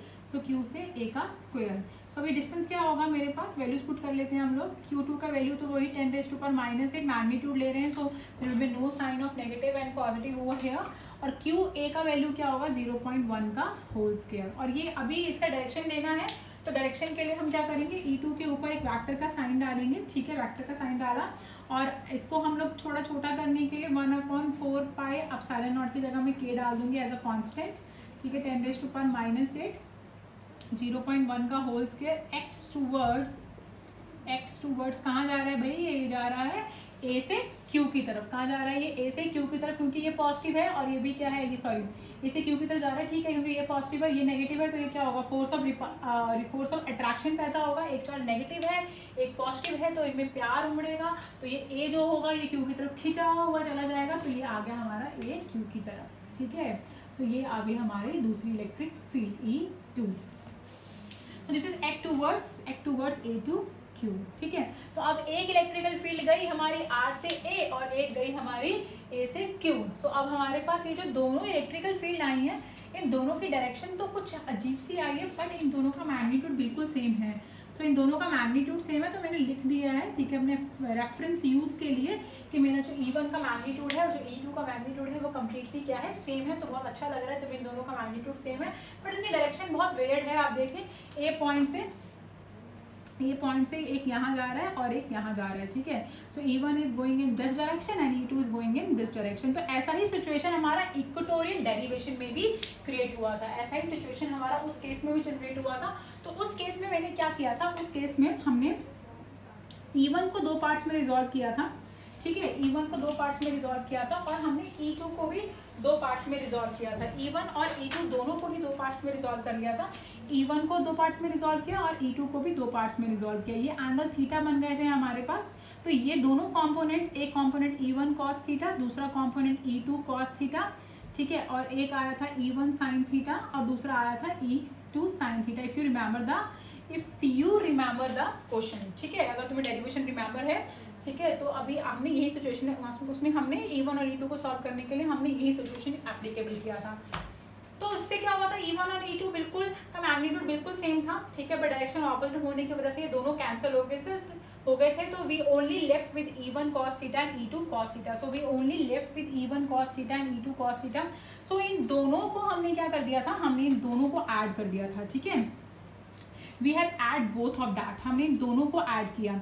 तो हमें क्या ऐड करने से क्या मिल गई, हमें इलेक्ट्रिक फील्ड मिल गई। क्या मिल गई, हमें इलेक्ट्रिक फील्ड। बट क्लास यहाँ पे भी मैं सिचुएशन लगा सकती हूँ। ठीक है, I can apply this situation, पर यहाँ पे मैं एक मोर इजी सिचुएशन भी लगा सकती हूँ। क्यों क्लास, क्योंकि ये ट्रायंगल क्या है, इक्विलेटरल ट्रायंगल है। तो इक्विलेटरल ट्रायंगल के जो एंगल्स होते हैं दैट विल बी 60 डिग्री। ठीक है, और angle is of 60 and 60 degree, ठीक है। सो आप देख रहे हैं ये जो लाइन जा रही है, ये जो आर से ए तक ये जो लाइन एक्सटेंड करके जा रही है बिल्कुल स्ट्रेट लाइन है, ठीक है। और जो स्ट्रेट लाइन होती है, ठीक है, जो स्ट्रेट लाइन होती है उसका एंगल कितना होता है, तो angle will be 180 degree. So angle कितना होता है, एंगल होता है 180 डिग्री। सो ये जो एंगल 180 डिग्री है, अगर मैं इसमें से ये पूरा एंगल 180 था, इस पूरे 180 में से 60 को माइनस कर दूं तो ये एंगल कितना बनेगा, 120, कितना बनेगा 120, ठीक है। तो अब मुझे क्या हुआ, अभी जो सिचुएशन है मेरे पास, इसमें मुझे E1 और E2 के बीच का जो एंगल है, E1 और E2 के बीच का जो एंगल है, ठीक है, ये मुझे पता है, ठीक है, मुझे पता लग चुका है, ये एंगल पता लग गया 120। पर जो डेरिवेशन में सिचुएशन था, मुझे E1 और E2 के बीच का एंगल नहीं पता था, इसलिए मैंने क्या कर दिया, उन दोनों को रिजॉल्व कर दिया। पर इस सिचुएशन में E1 और E2 के बीच का एंगल पता है, तो मैं यहाँ पे पैरेललोग्राम लॉ लगाऊंगी, क्योंकि ये दोनों ही वैक्टर यहाँ पे कोइनिशियल वैक्टर हैं, ये एक ही पॉइंट से डेवलप हुए हैं। ए से E1 जा रहा है, E1 जा रहा है इधर और E2 जा रहा है इधर, और इस सिचुएशन में इन दोनों के पास क्या है, इन दोनों के बीच में है 120 डिग्री एंगल, ठीक है। तो हम पैरेललोग्राम लॉ लगा के इनका एक रिजल्टेंट निकाल लेंगे, ठीक है, जो इनके बीच में होगा रिजल्टेंट निकाल लेंगे, और वो रिजल्टेंट क्या होगा, इन दोनों की क्या होगी, नेट इलेक्ट्रिक फील्ड, ठीक है।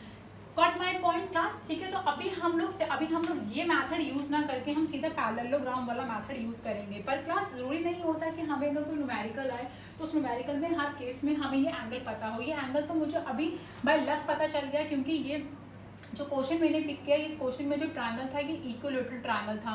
तो इक्विलेटरल ट्रायंगल होने की वजह से यहाँ पे मेरे पास एंगल कितना बन गया, मेरे पास जो एंगल बना वो 60 था, तो बाहर वाला एंगल 120 हो गया। बट अगर ये एंगल इक्विलेटरल नहीं होता और मुझे ये एंगल्स नहीं पता होते, ये एंगल मेरे लिए अभी भी थीटा ही होता। If I don't know this angle, अगर मेरे पास ये एंगल मुझे नहीं पता होता, तो मैं इलेक्ट्रिकल फील्ड फाइंड आउट, इस पॉइंट पे इलेक्ट्रिकल फील्ड फाइंड आउट करने के लिए क्या करती, मैं इन दोनों पॉइंट्स को रिजॉल्व करती, ठीक है, इन दोनों पॉइंट्स को रिजॉल्व करते हो। और इन दोनों पॉइंट्स को जब रिजॉल्व करती तो साइन और साइन कॉम्पोनेंट कैंसिल हो जाते हैं।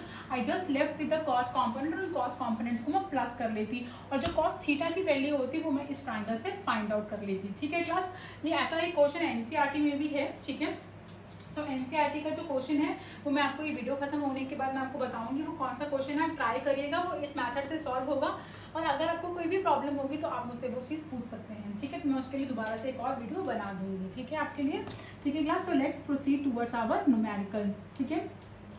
सो अब मुझे पता लग गया कि E1 और E2 के बीच में जो एंगल है वो है 120 डिग्री। E1 और E2 के बीच में जो एंगल आया दैट विल बी 120 डिग्री। सो अभी हम लोग क्या करेंगे, जो हमारे पास इसका जो बाइसेक्टर होगा E1 और E2 का, ठीक है, जो बाइसेक्टर होगा that will be its resultant, that will be its resultant according to the parallelogram law, ठीक है। सो क्लास पैरेललोग्राम लॉ और ट्रायंगल लॉ के बीच में डिफरेंस पता है आपको, ठीक है। बहुत सारे बच्चे हैं जिनको पता ही नहीं है कि what is the difference between the parallelogram law and triangle law. 11th कर ली पर अभी तक पता ही नहीं है डिफरेंस। क्यों नहीं पता है डिफरेंस, दोनों का आंसर तो लास्ट में सेम आया था, फिर दो अलग अलग हमें लॉज बनाने की क्या जरूरत थी। तो क्लास आप हमेशा याद रखिएगा, जो पैरेललोग्राम लॉ है ना दैट इज ऑलवेज एप्लीकेबल जब हमारे पास जो वैक्टर होते हैं वो कोइनिशियल वैक्टर्स होते हैं, ठीक है। तो अभी हमारे पास सिचुएशन है वहाँ पे जो E1 वैक्टर है और जो E2 वैक्टर है दे आर कोइनिशियल वैक्टर, और उनके बीच का एंगल जो हमें मालूम है दैट इज 120 डिग्री। पर जो ट्रायंगल लॉ जहाँ एप्लीकेबल होता है वहाँ पे हमारे पास क्या होता है, एक वैक्टर और दूसरा वैक्टर, ये दोनों वैक्टर इन ऑर्डर होते हैं, मतलब एक वैक्टर की हेड दूसरे वैक्टर के टेल से मिलती है, और ये दोनों ही वैक्टर इन ऑर्डर हैं। तो इन ऑर्डर वैक्टर्स का रिजल्टेंट निकालने के लिए हम क्या अप्लाई करते हैं, ट्रायंगल लॉ। क्या अप्लाई करते हैं, ट्रायंगल लॉ। पर जब हमारे पास कोइनिशियल वैक्टर्स हैं तो कोइनिशियल वैक्टर्स का रिजल्टेंट निकालने के लिए हम क्या यूज करते हैं, पैरेललोग्राम लॉ, ठीक है class. So I hope this point is now clear to you. So ये मेरे दोनों वैक्टर क्या थे, कोइनिशियल वैक्टर से, तो मैं लगाऊंगी पैरेललोग्राम लॉ, जिसका आंसर और ट्रायंगल लॉ का आंसर बिल्कुल ही सेम है, दोनों का फॉर्मूला बिल्कुल सेम है, ठीक है। तो बच्चे क्या करते हैं ना, +1 में चुपचाप से लर्न करते रहते हैं, तो उनको कोई फर्क नहीं पड़ता है कि क्यों मैम करवा रही है, और ट्रायंगल लॉ करवा दिया, पैरेललोग्राम लॉ भी करवा दिया, दोनों का आंसर लास्ट में सेम आया, तो फिर दो बार क्यों किया। बट समझ नहीं आया कि what is the condition, when to apply a triangle law and when to apply a parallelogram law. So class अब हम देखो, अब हमने पता लग गया कि हम पैरेललोग्राम लॉ क्यों लगा रहे हैं यहाँ पे, क्योंकि दीज आर कॉर्डिनेशन वेक्टर्स। तो पैरेललोग्राम का जो फॉर्मूला होगा वो क्या होगा हमारा, ई क्या है यहाँ पे रिजल्टेंट, ई रिजल्टेंट है। तो सर मैग्नीट्यूड निकाल रहे हैं यहाँ पे, जो ई रिजल्टेंट है तो यहाँ पे हो जाएगा मेरे पास E1 का स्क्वायर प्लस E2 का square plus 2 E1 E2 cos theta, ठीक है। E1 का स्क्वायर प्लस E2 का square plus 2 E1 E2 cos theta. So class यहाँ पे E1 E2 का मैग्नीट्यूड बिल्कुल सेम था, तो मैं E1 की जगह E1 और E2 की जगह भी E1 ही लिख दूंगी। मैं चाहती तो यहाँ पे E1 की जगह E2 लिख देती, वो मेरी खुद की मर्जी, जिसकी मर्जी जगह जो मर्जी लिख दी, आपकी मर्जी चलेगी यहाँ पे। सो यहाँ पे E2 है, यहाँ पे भी E2 की जगह E1 लिख दिया, और थीटा की जगह लिखा मैंने 120, क्योंकि इन दोनों के बीच में जो एंगल बना वो कितना था 120, ठीक है। सो यहाँ पे E1 का स्क्वायर प्लस E1 का स्क्वायर है तो क्या हो जाएगा 2E1 का स्क्वायर, यहाँ भी 2E1 का स्क्वायर। अब ये जो cos 120 है, ठीक है, इसको मैं लिख सकती हूँ 180 माइनस 60 डिग्री। क्या लिख सकती हूँ मैं इसको 180 माइनस 60 डिग्री, ठीक है। सो क्लास अब आप देखें, यहाँ पे ध्यान से देखिएगा, मेरी बात ध्यान से सुनिएगा कि ये जो 180 माइनस 60 डिग्री है ये कौन सा क्वाड्रेंट है। एंगल देख के पता लग रहा है कि ये सेकंड क्वाड्रेंट है, क्योंकि सेकंड क्वाड्रेंट में कौन सा एंगल होता है 180 माइनस थीटा। सो ये जो 180 माइनस थीटा है ये सिर्फ और सिर्फ दो कंडीशन में पॉजिटिव होता है, एक साइन के साथ और कॉसिकेंट के साथ, पर ना तो यहाँ 180 माइनस 60 के साथ, ठीक है, ना तो साइन कॉम्पोनेंट है ना ही कॉसेक कॉम्पोनेंट है। यहाँ पे क्या है कॉस। जब हम इसे सॉल्व करेंगे तो वैल्यू पॉजिटिव में नहीं आएगी, वैल्यू किस में आएगी नेगेटिव में आएगी। सो कॉस 180 माइनस 60 मेरे पास कितना हो जाएगा, कॉस 180 माइनस 60 मेरे पास हो जाएगा माइनस कॉस 60। क्या हो जाएगा मेरे पास माइनस कॉस 60, क्योंकि अगर यहाँ पे साइन होता है या कॉसिकेंट होता तो मैं इसको पॉजिटिव ले लेती, पर अभी 180 माइनस थीटा सेकंड क्वाड्रेंट है जिसमें सिर्फ साइन और कॉसिकेंट ही पॉजिटिव होती है, rest all the T ratios are negative. So मैंने कॉस को क्या ले लिया नेगेटिव। सो अब क्लास मेरे पास जो वैल्यू आया, यहाँ पे जो मेरे पास वैल्यू आया वो कितना था, ये प्लस माइनस था, यहाँ पे माइनस हो जाएगा, ठीक है, और cos 60 का वैल्यू आएगा हाफ, 2 से 2 कैंसिल हो जाएगा, और मेरे पास जो वैल्यू बचेगा वो क्या बचेगा 2E1 का स्क्वायर माइनस E1 का स्क्वायर। सो 2E1 में से जब 1E1 जाएगा तो क्या आएगा सिर्फ E1 का स्क्वायर, ठीक है, ठीक है। ये कैंसिल हो गया मेरे पास, तो E की वैल्यू किसकी इक्वल आ गई E1 की, और E1 के पास वैल्यू क्या थी K into 10 raise to power minus 8 0.1 का होल स्क्वायर। सो अगर मैं इसे सॉल्व करूँ तो K की जगह पे लिख सकते हैं 9 into 10 raise to power 9, that is 10 raise to power minus 8, और ये मेरे पास हो जाएगा 10 रेज़ टू पावर माइनस 2, ठीक है, 10 रेज़ टू पावर माइनस 2, और इसको ऊपर लेके जाएंगे हम तो ये हमारे पास 9 में से 8 का 1 और ये ऊपर जाएगा, ठीक है, तो ये हो जाएगा 9 into 10 raise to power 3 newton per coulomb. So electrical field जो मेरे पास आई एक्सियल लाइन इक्वेटोरियल लाइन पे, सो इक्वेटोरियल लाइन पे जो हमारे पास इलेक्ट्रिकल फील्ड जनरेट हो रहा है वो कितना हो रहा है 9 into 10 raise to power 3 newton per coulomb. So this is the electrical field generated at point A, at point A, ठीक है क्लास। तो ये मैग्नीट्यूड की बात हुई क्लास। अब मैं इसके डायरेक्शन की बात करती हूँ, ठीक है। सो डायरेक्शन के लिए क्लास आप देखिए, डायरेक्शन के लिए यू जस्ट सी दैट यहाँ पर जो डायरेक्शन होगा ये कहाँ जा रहा है, ठीक है, इसका जो वैल्यू आया वो वैल्यू आया मेरे पास ई का जो वैल्यू आया that is your 9 into 10 raise to power 3 newton per coulomb, ठीक है।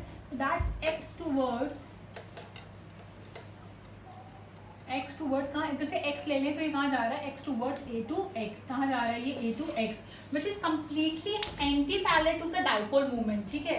तो ये डाइपोल मूवमेंट देखिए ये नेगेटिव है ये पॉजिटिव है, तो डाइपोल मूवमेंट होगा हमारा वो नेगेटिव चार्ज से पॉजिटिव चार्ज की तरफ होता है, ठीक है। तो ये मेरा डाइपोल जो मूवमेंट हो जाएगा, मेरा जो डाइपोल हो जाएगा ये इधर जाएगा, डाइपोल इधर जा रहा है और इलेक्ट्रिकल फील्ड इधर जा रहा है, तो ये दोनों ही क्या है आपस में कम्प्लीटली ऑपोजिट है। So this is anti parallel to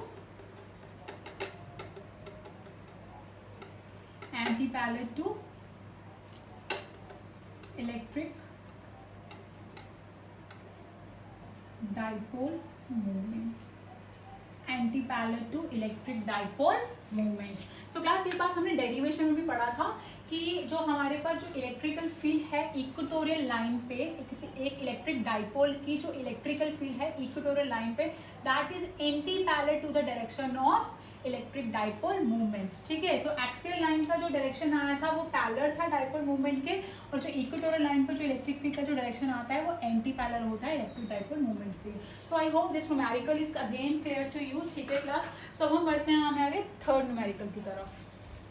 So now I am representing my next question to you class, and this question is totally based on that equatorial point. ठीक है, एंड इस क्वेश्चन के अंदर मैं concept नहीं लगाने वाली हूँ, इस क्वेश्चन के अंदर मैं डायरेक्ट फॉर्मूला लगाने वाली हूँ। ठीक है, एंड फॉर्मूला लगा के मैं आपको दिखाने वाली हूँ कि कैसे मैं ये क्वेश्चन सॉल्व कर रही हूँ। तो जो हमारा इलेक्ट्रिकल फील्ड था वो इक्वेटोरियल लाइन पे वो कितना था हमारे पास 1/4πε0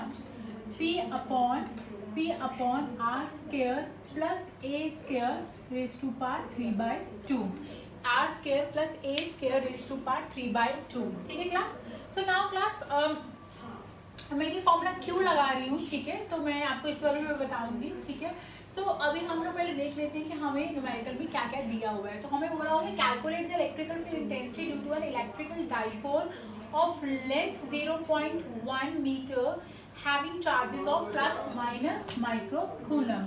तो हमारे पास एक इलेक्ट्रिक डाइपोल है जिसपे चार्जेस हैं हमारे पास, जिसपे हमारे पास चार्जेस हैं +1 माइक्रो कूलम का, +1 माइक्रो कूलम, और दूसरा चार्ज है -1 माइक्रो कूलम। ठीक है, सो हमारे पास ये दो चार्जेस हैं, हमारे पास ये दो चार्जेस हैं। थोड़ा नीचे बना लेते हैं, ठीक है, थोड़ा सा नीचे बना लेते हैं। तो हमारे पास यहाँ पे एक चार्ज है यहाँ पे +1 माइक्रो कूलम, और दूसरा चार्ज है मेरे पास -1 माइक्रो कूलम। इन दोनों का जो डिस्टेंस है वो कितना है हमारे पास, इन दोनों के बीच में जो डिस्टेंस है वो है 0.1 मीटर। ठीक है, तो हमारे पास दो चार्जेस दिए हैं, इन दोनों के बीच का डिस्टेंस दिया है, और हमें बोला है कि इक्वेटोरियल पॉइंट है जो सेंटर से 12 सेंटीमीटर की दूरी है। सेंटर से कितना दूरी पे है, 12 सेंटीमीटर की दूरी पे है। ठीक है, तो दिस इज हमारा इक्वेटोरियल पॉइंट, और इस इक्वेटोरियल पॉइंट को मैं ए बोल देती हूँ, और this is my B point and this is my C point. So अब मैंने ज्वाइन कर देती हूँ, आई जस्ट ज्वाइन देम। मैंने क्या कर दिया, इसे ज्वाइन कर दिया, आई जस्ट ज्वाइन देम, अच्छे से ज्वाइन कर देती हूँ क्लास। वेट,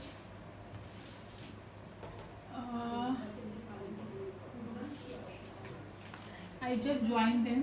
ठीक है, तो ये डिस्टेंस कितना था मेरे पास, ये डिस्टेंस था मेरे पास 12 सेंटीमीटर का। कितना था ये मेरे पास, 12 सेंटीमीटर का। So class this all this things are given to me in this question. तो क्वेश्चन में डाइपोल दे रखा है, उन दोनों के बीच का डिस्टेंस दे रखा है, और मुझे सेंटर से इलेक्ट्रिक डाइपोल के सेंटर से मुझे ए पॉइंट जो इक्वेटोरियल पॉइंट है उसका डिस्टेंस भी दे रखा है। सो मुझे चार्जेस दे रखे हैं, पहला चार्ज है मेरा 1 माइक्रो कूलम का, दूसरा चार्ज है मेरा -1 माइक्रो कूलम का। ठीक है, इनके बीच का जो डिस्टेंस है दैट इज 0.1 मीटर। ठीक है, तो ए हो जाएगा मेरा 0.05 मीटर, और जो आर है वो है मेरे पास 12 सेंटीमीटर। 12 सेंटीमीटर को मीटर में कन्वर्ट करें, so it is 0.12 metre. So this is the value of A over here. So ये वैल्यू है ए की, और ये किसकी वैल्यू है आर की। ठीक है क्लास, तो ये सब कुछ हमें गिवन था, हमें चार्जेस गिवन थे, हमें साइज डाइपोल का साइज गिवन था, और हमें डाइपोल के सेंटर से हमें जो इक्वेटोरियल पॉइंट था उसका डिस्टेंस भी गिवन था। तो क्लास अब हम ये फॉर्मूला लगाएंगे, will directly apply this formula. हमारे पास आर भी है, ए भी है, और डाइपोल मूवमेंट निकालने के लिए हमारे पास क्यू और 2a भी है। तो अब क्लास अगर आपको याद होगा, ठीक है, एक बात मेरे दिमाग में बहुत खटक करी थी, मैं आपसे शेयर करना चाह रही थी कि इक्वेटोरियल पॉइंट पे तो मैंने दो फॉर्मूलाज बताए थे आपको। एक ये फॉर्मूला बताया था, and I have tell you one more formula, and that is a special case formula. आपको याद होगा तो मैंने स्पेशल केस के अंदर भी आपको एक फॉर्मूला बताया था। So that is my E = 1/4πε0 P/r³। ठीक है क्लास, तो ये दोनों फॉर्मूला इक्वेटोरियल लाइंस के हैं, दोनों फॉर्मूला इक्वेटोरियल लाइन के हैं। पर मैं अभी कैसे डिसाइड करूं कि मैं ये फॉर्मूला लगाऊं या मैं ये फॉर्मूला लगाऊं, which formula I am going to apply, मैं कैसे डिसाइड करूंगी। सो क्लास हम इसे डिसाइड करते हैं by seeing the value of R और ए। ठीक है, क्योंकि आपको याद होगा जो हमने स्पेशल केस लिया था, वो हमने स्पेशल केस इस कंडीशन में लिया था जब हमारे पास आर बहुत बड़ा होगा और जो ए होगा साइज ऑफ डाइपोल वो क्या हो जाएगा, छोटा हो जाएगा। तो अगर आप यहाँ पे आर और ए की वैल्यू देखें तो ये दोनों वैल्यूज कंपेरेबल हैं, ए की वैल्यू है 0.05 और आर की वैल्यू है 0.12। सो ये दोनों ही वैल्यूज कंपेरेबल हैं, दोनों ही पार्ट वैल्यूज बहुत छोटी हैं, दोनों ही वैल्यू कंपेरेबल हैं, एक 0.05 है और एक 0.12 है। ऐसी सिचुएशन नहीं है कि आर की वैल्यू बहुत बड़ी है और ए की वैल्यू बहुत छोटी है, दोनों ही वैल्यूज कंपेरेबल हैं, छोटी हैं। सो हम लोग ये फॉर्मूला नहीं लगा के हम ये फॉर्मूला लगाएंगे, ठीक है, क्योंकि आर और ए की दोनों की वैल्यूज क्या आई हैं, कंपेरेबल आई हैं। पर अगर कोई ऐसी सिचुएशन आती इसमें आर की वैल्यू क्या होती, बहुत बड़ी होती और ए की वैल्यू छोटी होती, तो हम ये फॉर्मूला लगाते हैं। मैंने जो नेक्स्ट इसका जो न्यूमेरिकल है वो मैंने इसी टॉपिक के ऊपर बनाया है, जहाँ पे आर की वैल्यू जो थी वो बहुत बड़ी थी और ए की वैल्यू बहुत छोटी थी, तो हमने आर को ए से क्या कर दिया, नेग्लेक्ट कर दिया, ठीक है class. So I hope my this point is again clear to you, ठीक है। तो एक एक करके आपको स्टेप समझाती जा रही हूँ ताकि आपको कोई भी किसी भी चीज़ का डाउट नहीं रहना चाहिए, ठीक है। So class electrical field at equatorial line निकालने के लिए पहले हम डाइपोल मूवमेंट निकाल लेते हैं। So P into Q into 2a कर लेते हैं हम लोग डाइपोल मूवमेंट निकालने के लिए। तो चार्ज है मेरे पास 1 माइक्रो, माइक्रो इज 10⁻⁻⁶, और मेरे पास जो डिस्टेंस है 2a वो कितना है 0.1, ठीक है 0.1। तो ये मेरे पास हो जाएगा 10⁻⁻7 कूलम मीटर। तो ये मेरे पास डाइपोल मोमेंट का वैल्यू आ गया 10⁻⁻7 कूलम मीटर। सो क्लास अब हम फॉर्मूला लगाते हैं, तो फॉर्मूला हो जाएगा मेरे पास इक्वेटोरियल लाइन का, दैट इज 1/4πε0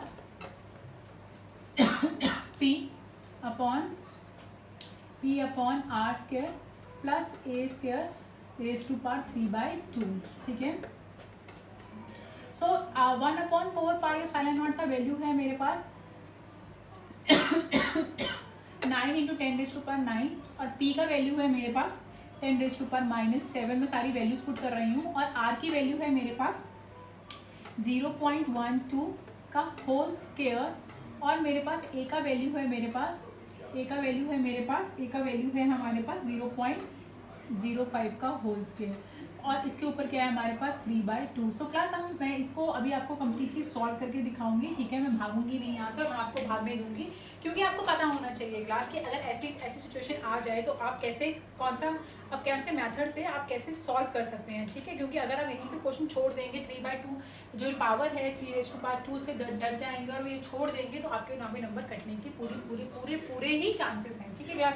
तो मैं आपको वो मौका नहीं देंगे अपने टीचर को कि हमारे नंबर काटे, इसलिए हम इसे सॉल्व करना सीखेंगे, ठीक है क्लास। तो यहाँ पे क्या आएगा, ये मेरे पास 9 × 10⁻, ये 9 में से -7 हो जाएगा तो याद आएगा 2, और यहाँ पे मेरे पास 0.12 का जो स्क्वायर आएगा, 0.12 का जो स्क्वायर आएगा दैट इज 0.0144, ठीक है क्लास।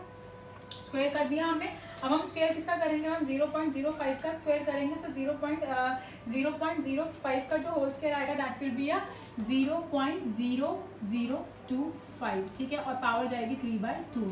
सो क्लास अभी पहले की तरह ही, अगर हमने याद होगा आपको, हमने इसी वीडियो में जो हमारा जो सेकंड क्वेश्चन था उसमें हमने ये जो डेसिमल्स आए थे तो हम डेसिमल से घबराए नहीं थे, हमने उसे साइंटिफिक नोटेशन में चेंज किया था। तो मैं यहाँ पे भी वही करूँगी, मैं इसे साइंटिफिक नोटेशन में चेंज करूँगी।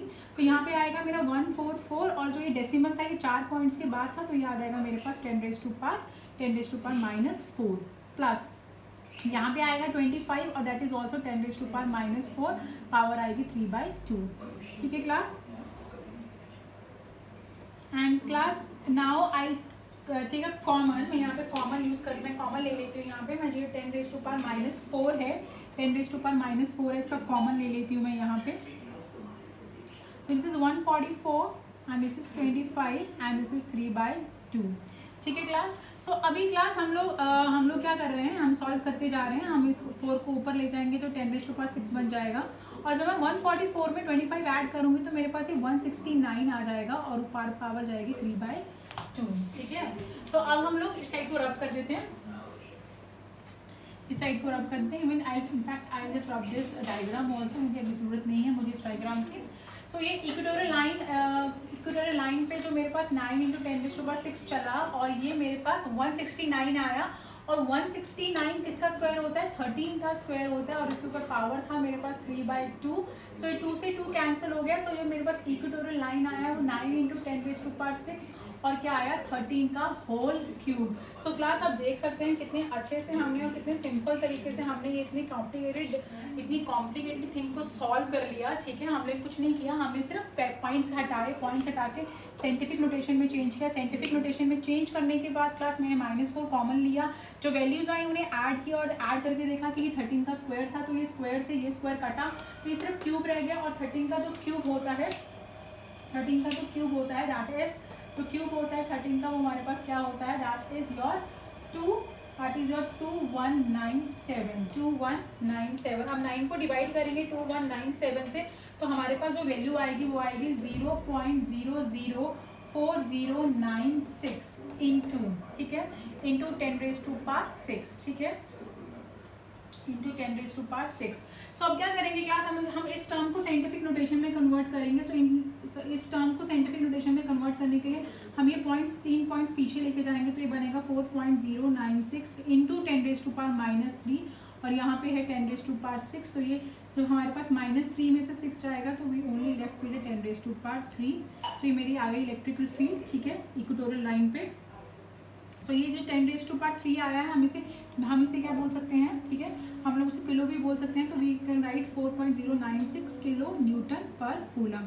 सो class this is my numerical. So आपको ध्यान रखना है, ये जो न्यूमेरिकल है, मैंने ये न्यूमेरिकल इस सिचुएशन में लगाया है when R and A are comparable to each other, then I apply this formula, ठीक है।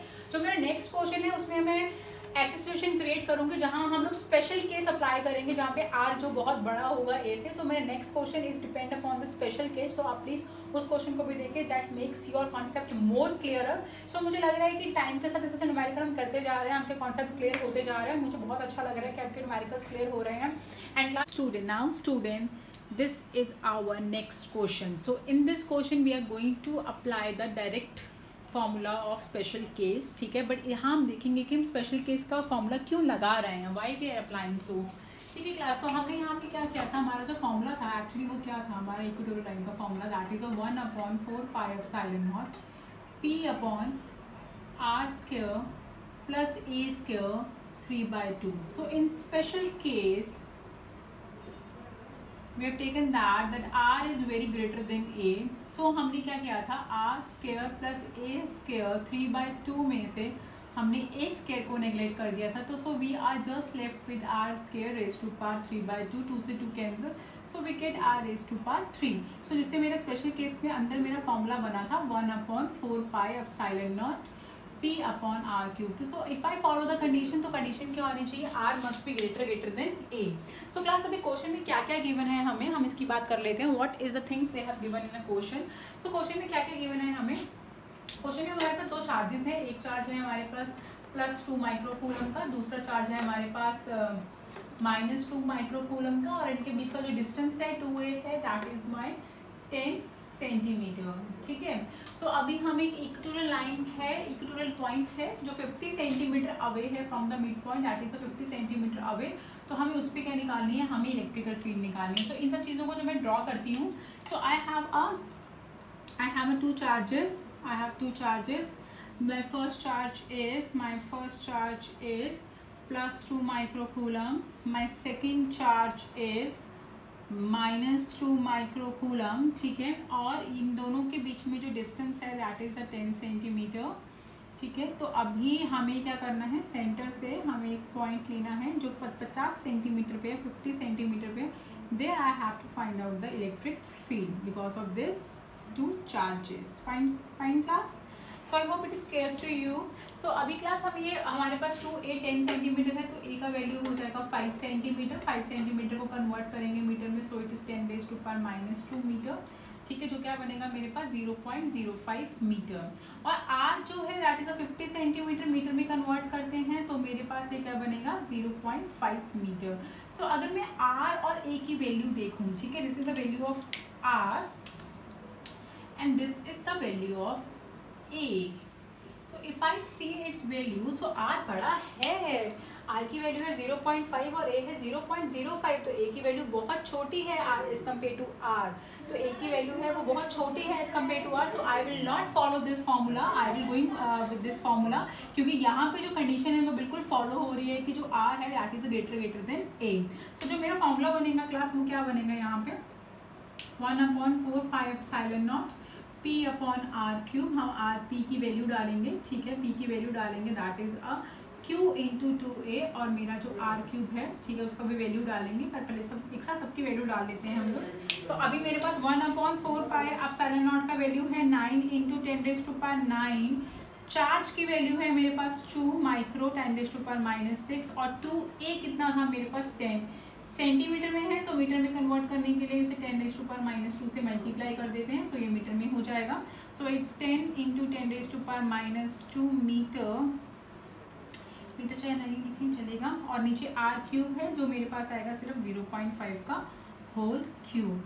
ठीक है क्लास, हमने जब 0.5 इंटू 0.5 इंटू 0.5 किया तो हमारे पास कितना आया 0.125 और हमने जब उसे 18 से डिवाइड कर मल्टीप्लाई किया 100 से, तो we gate 1.44 into 10⁴ Newton per coulomb. So class, this is about that electrical field of equatorial line and axial line. ठीक है, it's about electrical field. These numericals are based on the electric field. So class, I hope that concept is clear to you, that that technique is clear to you, how to find out the numericals. So if you start solving the numerical, I will also send you my assignment also. So start solving it. If you have any kind of doubt, so please ask me without any hesitation. ठीक है class, so अभी खत्म नहीं हुआ है, we have lots of more in this video. So class, I am here again with one numerical. ठीक है, this numerical is based on the electric potential energy of an electric dipole.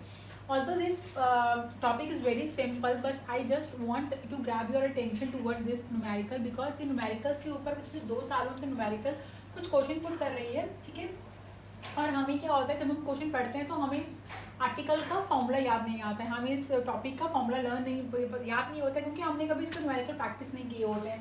So I just want कि एक question करवा दूँ जिससे तुम्हें थोड़ा सा पता लगे कि how to solve this numerical और आपके दिमाग में थोड़ा सा इसका फॉर्मूला रिटेन हो जाए। ठीक है, सो क्लास, हमारे पास एक डाइपोल है। इस क्वेश्चन में क्या बोला गया है, we have a dipole consist of an electron and a proton separated at a distance of 5 into 10⁻⁹ meter. So I have two dipoles. ठीक है, I have one dipole and in that dipole I have two charges. एक electron है, एक proton है। So naturally जो electron पे जो charge होगा वो -1.6 इंटू 10⁻⁻19 कूलम होगा। आपको पता है इलेक्ट्रॉन पे और प्रोटॉन पे चार्ज सेम होता है, बस इलेक्ट्रॉन पे नेगेटिव चार्ज होता है, प्रोटॉन पे पॉजिटिव चार्ज होता है। और जो प्रोटॉन पे चार्ज होगा वो कितना होगा, +1.6 into 10⁻⁻19 coulomb. So they are forming a dipole because charges का मैग्नीट्यूड सेम है and polarity are different and the distance between them is 5 into 10⁻⁻9 metre. ठीक है, तो मतलब मुझे Q1 दे रखा था -1.6 इंटू 10⁻⁻19 कूलम, मुझे Q2 दे रखा था +1.6 इंटू 10⁻⁻19 कूलम, मुझे 2A दे रखा था 5 इंटू 10⁻⁻9 मीटर। ठीक है, सो मुझे इनिशियली बोला गया कि जो मेरा डाइपोल है that is aligned in a uniform electric field. So मेरा जो डाइपोल था वो सबसे पहले इलेक्ट्रिकल फील्ड की डायरेक्शन में ही था, तो इलेक्ट्रिकल फील्ड जिधर था उधर ही मेरा डाइपोल था। तो डाइपोल और इलेक्ट्रिकल फील्ड का डायरेक्शन सेम था। सो मेरा जो इनिशियल एंगल था वो क्या हो जाएगा 0 डिग्री। उसके बाद उसने बोला कि इट स्टार्ट रोटेटिंग, वो रोटेट करना स्टार्ट हुआ और डाइपोल कितने एंगल पे आ गया, 60 डिग्री के एंगल पे आ गया। θ2 कितना हो गया मेरा 60 डिग्री। ठीक है, सो उसने मुझे बोला calculate the potential energy. So very simple class. ठीक है, मैंने पहले भी बोला था न्यूमेरिकल बहुत सिंपल है, बस to grab the attention I just want to grab the attention of yours to on the formula. आपको फॉर्मूला याद करने के लिए मैंने थोड़ा सा न्यूमेरिकल करवाया। तो हमारे पास जो न्यूमेरिकल में जो फॉर्मूला लगेगा that is U, that is -PE cos θ2 -cos θ1। ठीक है, so this formula I am going to use. ठीक है, मैंने ये फॉर्मूला यहाँ पे यूज़ किया। ये फॉर्मूला याद रखिएगा क्लास, कभी कभी NCERT जो हमारी CBSE है या NCERT में से कुछ क्वेश्चन अवेलेबल है तो CBSE क्या करती है, NCERT के वो क्वेश्चन उठा के डाल देती है और ये क्वेश्चन इतने सिंपल होते हैं कि हमने इनको नेगलेक्ट किया होता है, हमने किया ही नहीं होता और जब हम CBSE का एग्जाम देने बैठते हैं तो हमें इनका फॉर्मूला ही याद नहीं आता है। ठीक है, so class please that is why I requested you to please retain this formula in your mind. So class, अभी हमारे पास यहाँ पे जो डाइपोल मूवमेंट है इसका फॉर्मूला क्या होगा, Q इंटू 2A एंड ये इलेक्ट्रिक फील्ड आ जाएगा साथ में और यहाँ पे क्या चल रहा है हमारा cos θ2 -cos θ1। सो ना I am start using the values. ठीक है, न्यूमेरिकल के हमें फॉर्मूला लिखने के हाफ नंबर मिल जाएंगे। ठीक है, अब हम न्यूमेरिकल्स की बात करेंगे यहाँ पे, हम कैसे बात करेंगे यहाँ पे, सॉरी वैल्यूज़ की बात करेंगे यहाँ पे। तो हम चार्ज ले लेंगे यहाँ पे, हम चार्ज लेंगे यहाँ पे हम क्लास यहाँ पे चार्ज ले लेंगे, हम चार्ज लेंगे Q की वैल्यू लेंगे हम, Q की वैल्यू आएगी 1.6 इंटू 10⁻⁻19। ठीक है, सो हमने यहाँ पे u लिया, हम यहाँ पे वैल्यूज पुट करने जा रहे हैं। Start putting the values of these variables, ठीक है। तो q का वैल्यू आया 1.6 इंटू 10⁻19। 2a हमें गिवन है, दैट इज 5 इंटू 10⁻9, ठीक है। हमें थीटा 2 का वैल्यू हमें गिवन था, ठीक है। तो सॉरी, इलेक्ट्रिकल फील्ड का वैल्यू तो लिखा ही नहीं हमने। इलेक्ट्रिकल फील्ड का वैल्यू कितना है, छूट रहा था हमसे इलेक्ट्रिकल फील्ड कहाँ भाग गया भाई, लिखा ही नहीं वैल्यू। इलेक्ट्रिकल फील्ड का वैल्यू भी दिया हुआ है हमें, ठीक है। आप भूल मत जाना मेरी तरह इलेक्ट्रिकल फील्ड की वैल्यू लिखने के लिए। इलेक्ट्रिकल फील्ड का वैल्यू हमें दिया था 1.44 into 10⁻4 Newton per coulomb. So electrical field का वैल्यू था 1.44 इंटू 10⁻4, ठीक है। कॉस थीटा था मेरे पास 60 और कॉस थीटा 1 था मेरे पास 0, ठीक है। सो ये मेरे पास कॉस 60 और एक आया कॉस 0। तो अब क्या करेंगे, हम इनकी वैल्यूज पुट करेंगे, ठीक है। तो वैल्यूज पुट करेंगे हम यहाँ पे इनकी। तो मेरे पास u माइनस 1.6 इंटू 10⁻19 और ये आया मेरे पास 5 into 10⁻9 and then I have 1.44 into 10⁻4 और कॉस 60 जो है वो है हाफ और मेरे पास ये है 1, ठीक है। तो हाफ में से जब हम 1 को माइनस करेंगे तो माइनस हाफ आ जाएगा। क्या आएगा हमारे पास, minus half.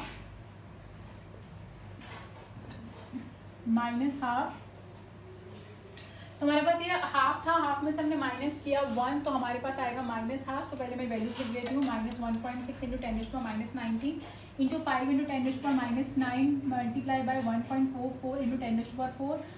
As I told you, half में से -1 किया तो आया माइनस हाफ, माइनस से माइनस कैंसिल हुआ।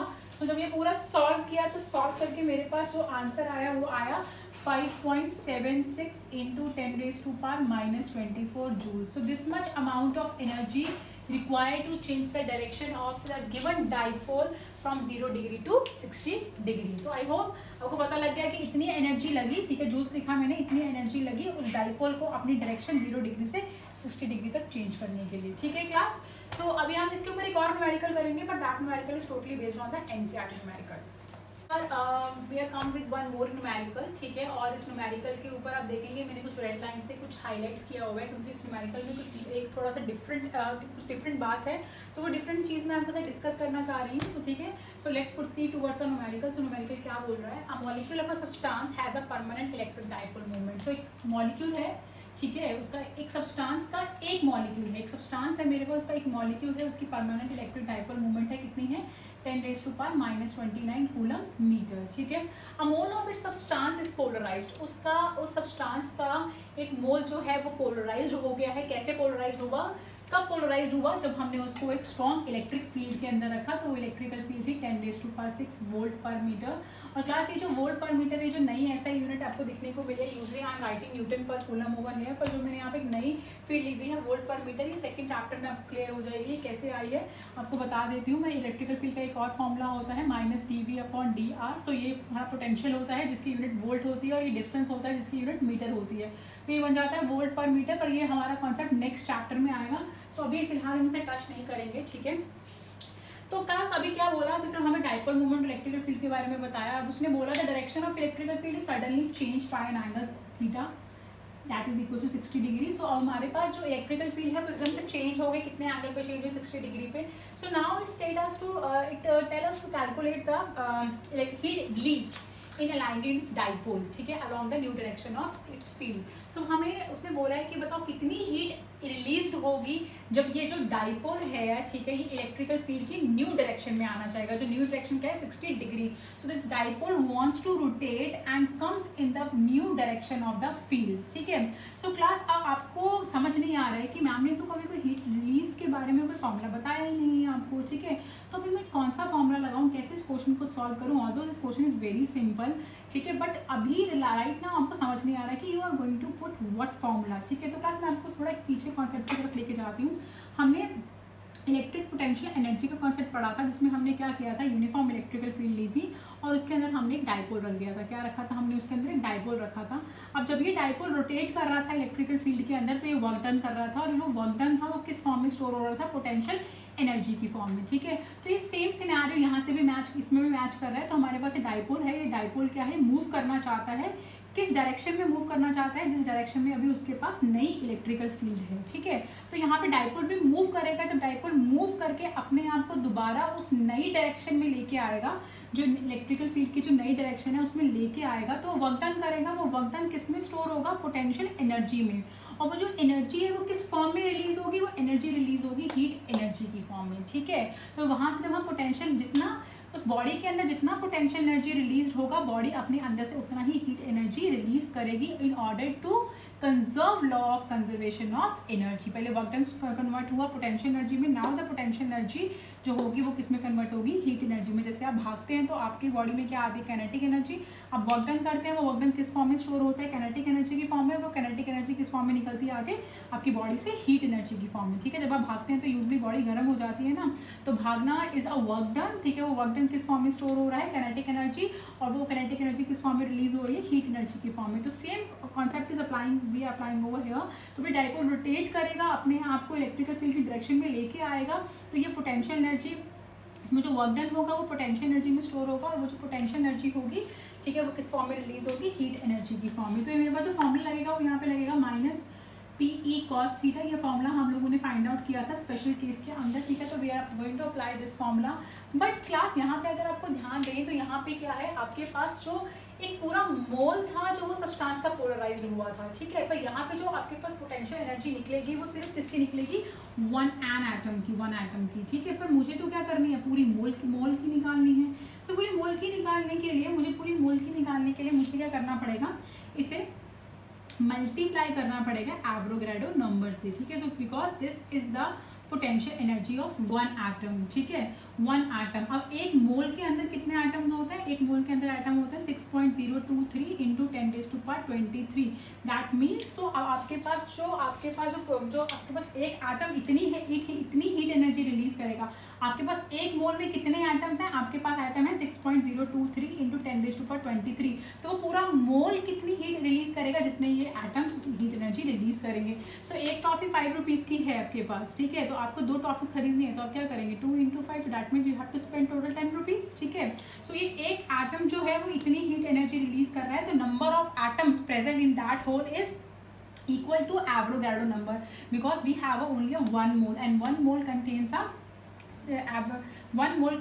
6.023 into 10⁻23 atoms. That is my Avogadro number, Na, Avogadro number। ये सब 9th आपने सब 9th में पढ़ा है, ठीक है। अब हम वैल्यूज पुट कर देते हैं क्लास। यहाँ पे एवोगाड्रो नंबर की वैल्यू आएगी हमारे पास 6.023 इंटू 10⁻23, आपको पता है। डाइपोल का वैल्यू हमें क्वेश्चन में दे रखा था 10⁻−29। ई का वैल्यू मुझे 10⁻6 दे रखा है, और कॉस कितना है 60, cos 60 हो जाता है मेरे पास, cos 60 हो जाता है मेरे पास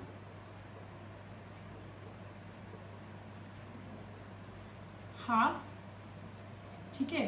तो यहाँ से हम इसे सॉल्व करेंगे, तो हमारे पास जो वैल्यू आएगा पूरा, हमारे पास वैल्यू आएगा 3 जूल्स का। कितना वैल्यू आएगा मेरे पास, 3 जूल्स का, ठीक है class. So I hope this point is clear to you, ठीक है क्लास। और यहाँ पे क्लास ये जो नेगेटिव साइन है ये रिमूव हो जाएगा यहाँ से, बिकॉज हीट एनर्जी रिलीज हो रही है। तो यहाँ पे जो आपके पास ये पोटेंशियल एनर्जी है बॉडी में, पर जितनी हीट एनर्जी रिलीज होगी बॉडी के अंदर से एनर्जी निकल रही है। सो हीट एनर्जी निकालने के लिए heat energy released is equal to potential energy, ठीक है। तो पोटेंशियल एनर्जी तो यूज हुई पर हीट एनर्जी निकली, ठीक है। तो निकलने के लिए आपके पास क्या आ जाएगा, माइनस साइन ओवर है, रिलीज हो रही है, आपने पास में पढ़ा रिलीज हो रही है, तो माइनस साइन आएगा, तो माइनस माइनस क्या हो जाएगा आपके पास प्लस, माइनस माइनस क्या हो जाएगा आपके पास प्लस। तो टोटल हीट रिलीज कितनी होगी बॉडी में से, जो टोटल हीट रिलीज होगी दैट इज योर 3 जूल्स, ठीक है class. So this is your answer. So I hope this question is again clear to you. So class अब keep on trying the numericals. मैंने बहुत सारे न्यूमेरिकल्स आपको बता दिए हैं, तो अब आप इसको न्यूमेरिकल्स को ट्राई करते रहो। इसके बाद मैं एक और न्यूमेरिकल करवाऊंगी आपको, ठीक है। That is also very good question, वो भी IIT के ऊपर है वो क्वेश्चन, तो उसे पक्का करिएगा, ठीक है। और उसके बाद आप अपने बहुत सारे न्यूमेरिकल्स ट्राई करते रहें, और अगर आपको कोई भी डाउट हो तो please contact me. Now class, this is my next question, this is my actually last question, ठीक है, ऑफ दिस वीडियो। सो इस क्वेश्चन बड़ा इंटरेस्टिंग क्वेश्चन लगा इसलिए करवा रही हूँ, ठीक है। इसलिए ये हॉट्स क्वेश्चन की कैटेगरी में आता है हाई ऑर्डर थिंकिंग में, बिकॉज ऐसे क्वेश्चन IIT और JEE main JEE advance NEET में पूछे जाते हैं। So I just want that कि आपको ऐसे क्वेश्चन भी आने चाहिए। सो मैं आपको एक क्वेश्चन करवा रही हूँ और ऐसे क्वेश्चन आपको असाइनमेंट में डालूंगी। अगर आपको कोई प्रॉब्लम होगी तो please get back to me. So इस क्वेश्चन के साथ कोई डायग्राम गिवन नहीं है, some content is given in this question and from that help of that content I am drawing the diagram over here. So please watch it carefully and थोड़ा पढ़ते हैं इसको अच्छे से। तो एक वॉल है हमारे पास, a wall which is a uniformly charge, wall के ऊपर एक यूनिफॉर्म चार्ज है and providing a uniform electrical field. Wall के ऊपर चार्ज है, वो वॉल हमें एक यूनिफॉर्म इलेक्ट्रिकल फील्ड भी प्रोवाइड कर रही है, नॉर्मली परपेंडिकुलरली प्रोवाइड कर रही है। कितनी प्रोवाइड कर रही है ये भी बताया है मुझे। So E is given to us, that is a 4 × 10⁹ newton per coulomb.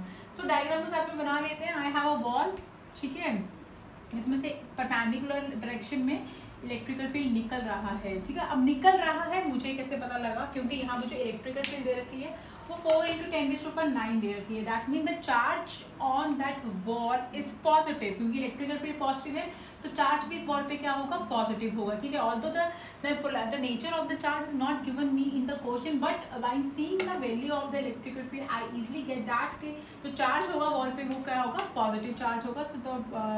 सो इस वजह से जो इलेक्ट्रिकल फील्ड है वो बाहर की तरफ निकलेगी, बिकॉज आपको पता है electrical field lines are moving from positive to negative charge. So electrical field start moving like this, ठीक है। तो ये डायरेक्शन हो गया इलेक्ट्रिकल फील्ड का। मैं एक ही बनाऊंगी क्योंकि फिर वो गंदा हो जाएगा डायग्राम मेरा।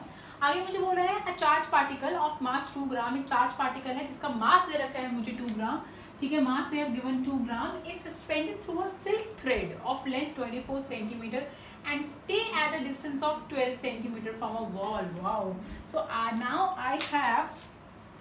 now I have a thread, ठीक है, जिसको वॉल के साथ बांधा है, और वो जो थ्रेड है वो 24 सेंटीमीटर लंबा है। मैंने थ्रेड स्ट्रेट क्यों नहीं बनाया, ऐसा क्यों बनाया, क्योंकि क्वेश्चन में ही बोला था कि जो वो थ्रेड है वो वॉल से 27 सेंटीमीटर के ऊपर फिक्स्ड है, ठीक है। तो कहाँ पे फिक्स है, 27 सेंटीमीटर के ऊपर फिक्स है। छोटा कर लेते हैं, हमको ज़्यादा स्पेस कवर कर रहे हैं, ठीक है, we are covering a lot of space, ठीक है। सो हम लोग ज़्यादा स्पेस कवर कर रहे थे, मैंने थोड़ा छोटा कर दिया डायग्राम, ठीक है। तो अब हमारे पास ये जो वॉल है, दिस इज माई वॉल, मैं मेंशन कर देती हूँ यहाँ पे, दिस इज वॉल, ठीक है, एंड दिस इज सिल्क, ठीक है क्लास। सो अब क्या होगा क्लास, अब क्या होगा हमारे पास ये जो नाउ अब ये जो हमें डिस्टेंस दे रखा है सिल्क और थ्रेड में कितना दे रखा है, 12 सेंटीमीटर, बिकॉज उसने जो बोला, उसने क्या बोला है, उसने बोला है कि जो हमारे पास charge particle of mass 2 gram is suspended through a silk thread of length 24 centimetre, stay at a distance of 12 centimetre. मतलब ये सिल्क है, ये रुका हुआ है किसने, 12 सेंटीमीटर दूरी से, किस पे, वॉल से। सो अब हम ये ना भूलें कि सिल्क थ्रेड पे ऊपर एक चार्ज है, एक सिल्क थ्रेड के साथ एक चार्ज है, ठीक है। What my point class, so I hope this point is clear to you all, ठीक है, सबको ये पॉइंट क्लियर हो गया। So this is the content of the question, जिससे मैंने डायग्राम के फॉर्म में मैंने इसको आपको शो किया है। मैंने यहाँ पे सिल्क का लेंथ लिखना भूल गई, सिल्क की लेंथ है 24 सेंटीमीटर, ठीक है class. So I hope this point is clear to you now. मैं फिर से रिपीट कर रही हूँ, आई हैव दिस वॉल पे पॉजिटिव चार्ज था, कैसे पता लगा, इलेक्ट्रिकल फील्ड को देखने के बाद, क्योंकि इलेक्ट्रिकल फील्ड भी पॉजिटिव थी तो चार्ज भी पॉजिटिव होगा वॉल के ऊपर, ठीक है। हमने वॉल के साथ एक सिल्क का थ्रेड हैंग किया जिसकी लेंथ 24 सेंटीमीटर थी, उसके साथ हमने एक चार्ज रख दिया। चार्ज का मास 2 ग्राम दे रखा है हमें, और हमें ये बताया कि जो सिल्क है और जो हमारे पास सिल्क है और जो वॉल है उनके बीच में कितना दूरी है, 12 सेंटीमीटर की, और ये एंगल होगा हमारे पास थीटा। ऊपर से कितना दूर गया, कितने एंगल से दूर गया, ये हमें नहीं पता, ठीक है क्लास। सो अब क्लास यहाँ पे एक चार्ज है जिसका मास 2 ग्राम है, तो उसका जो वेट है वो ऑब्वियसली नीचे एक्ट करेगा, mg, जैसे हमने पढ़ते आए हैं, वेट ऑलवेज एक्ट डाउनवर्ड। सो ये नीचे की तरफ एक्ट करेगा, ठीक है, जिससे क्या होगा, ये रिएक्शन होगा तो उसका एक एक्शन हो जाएगा।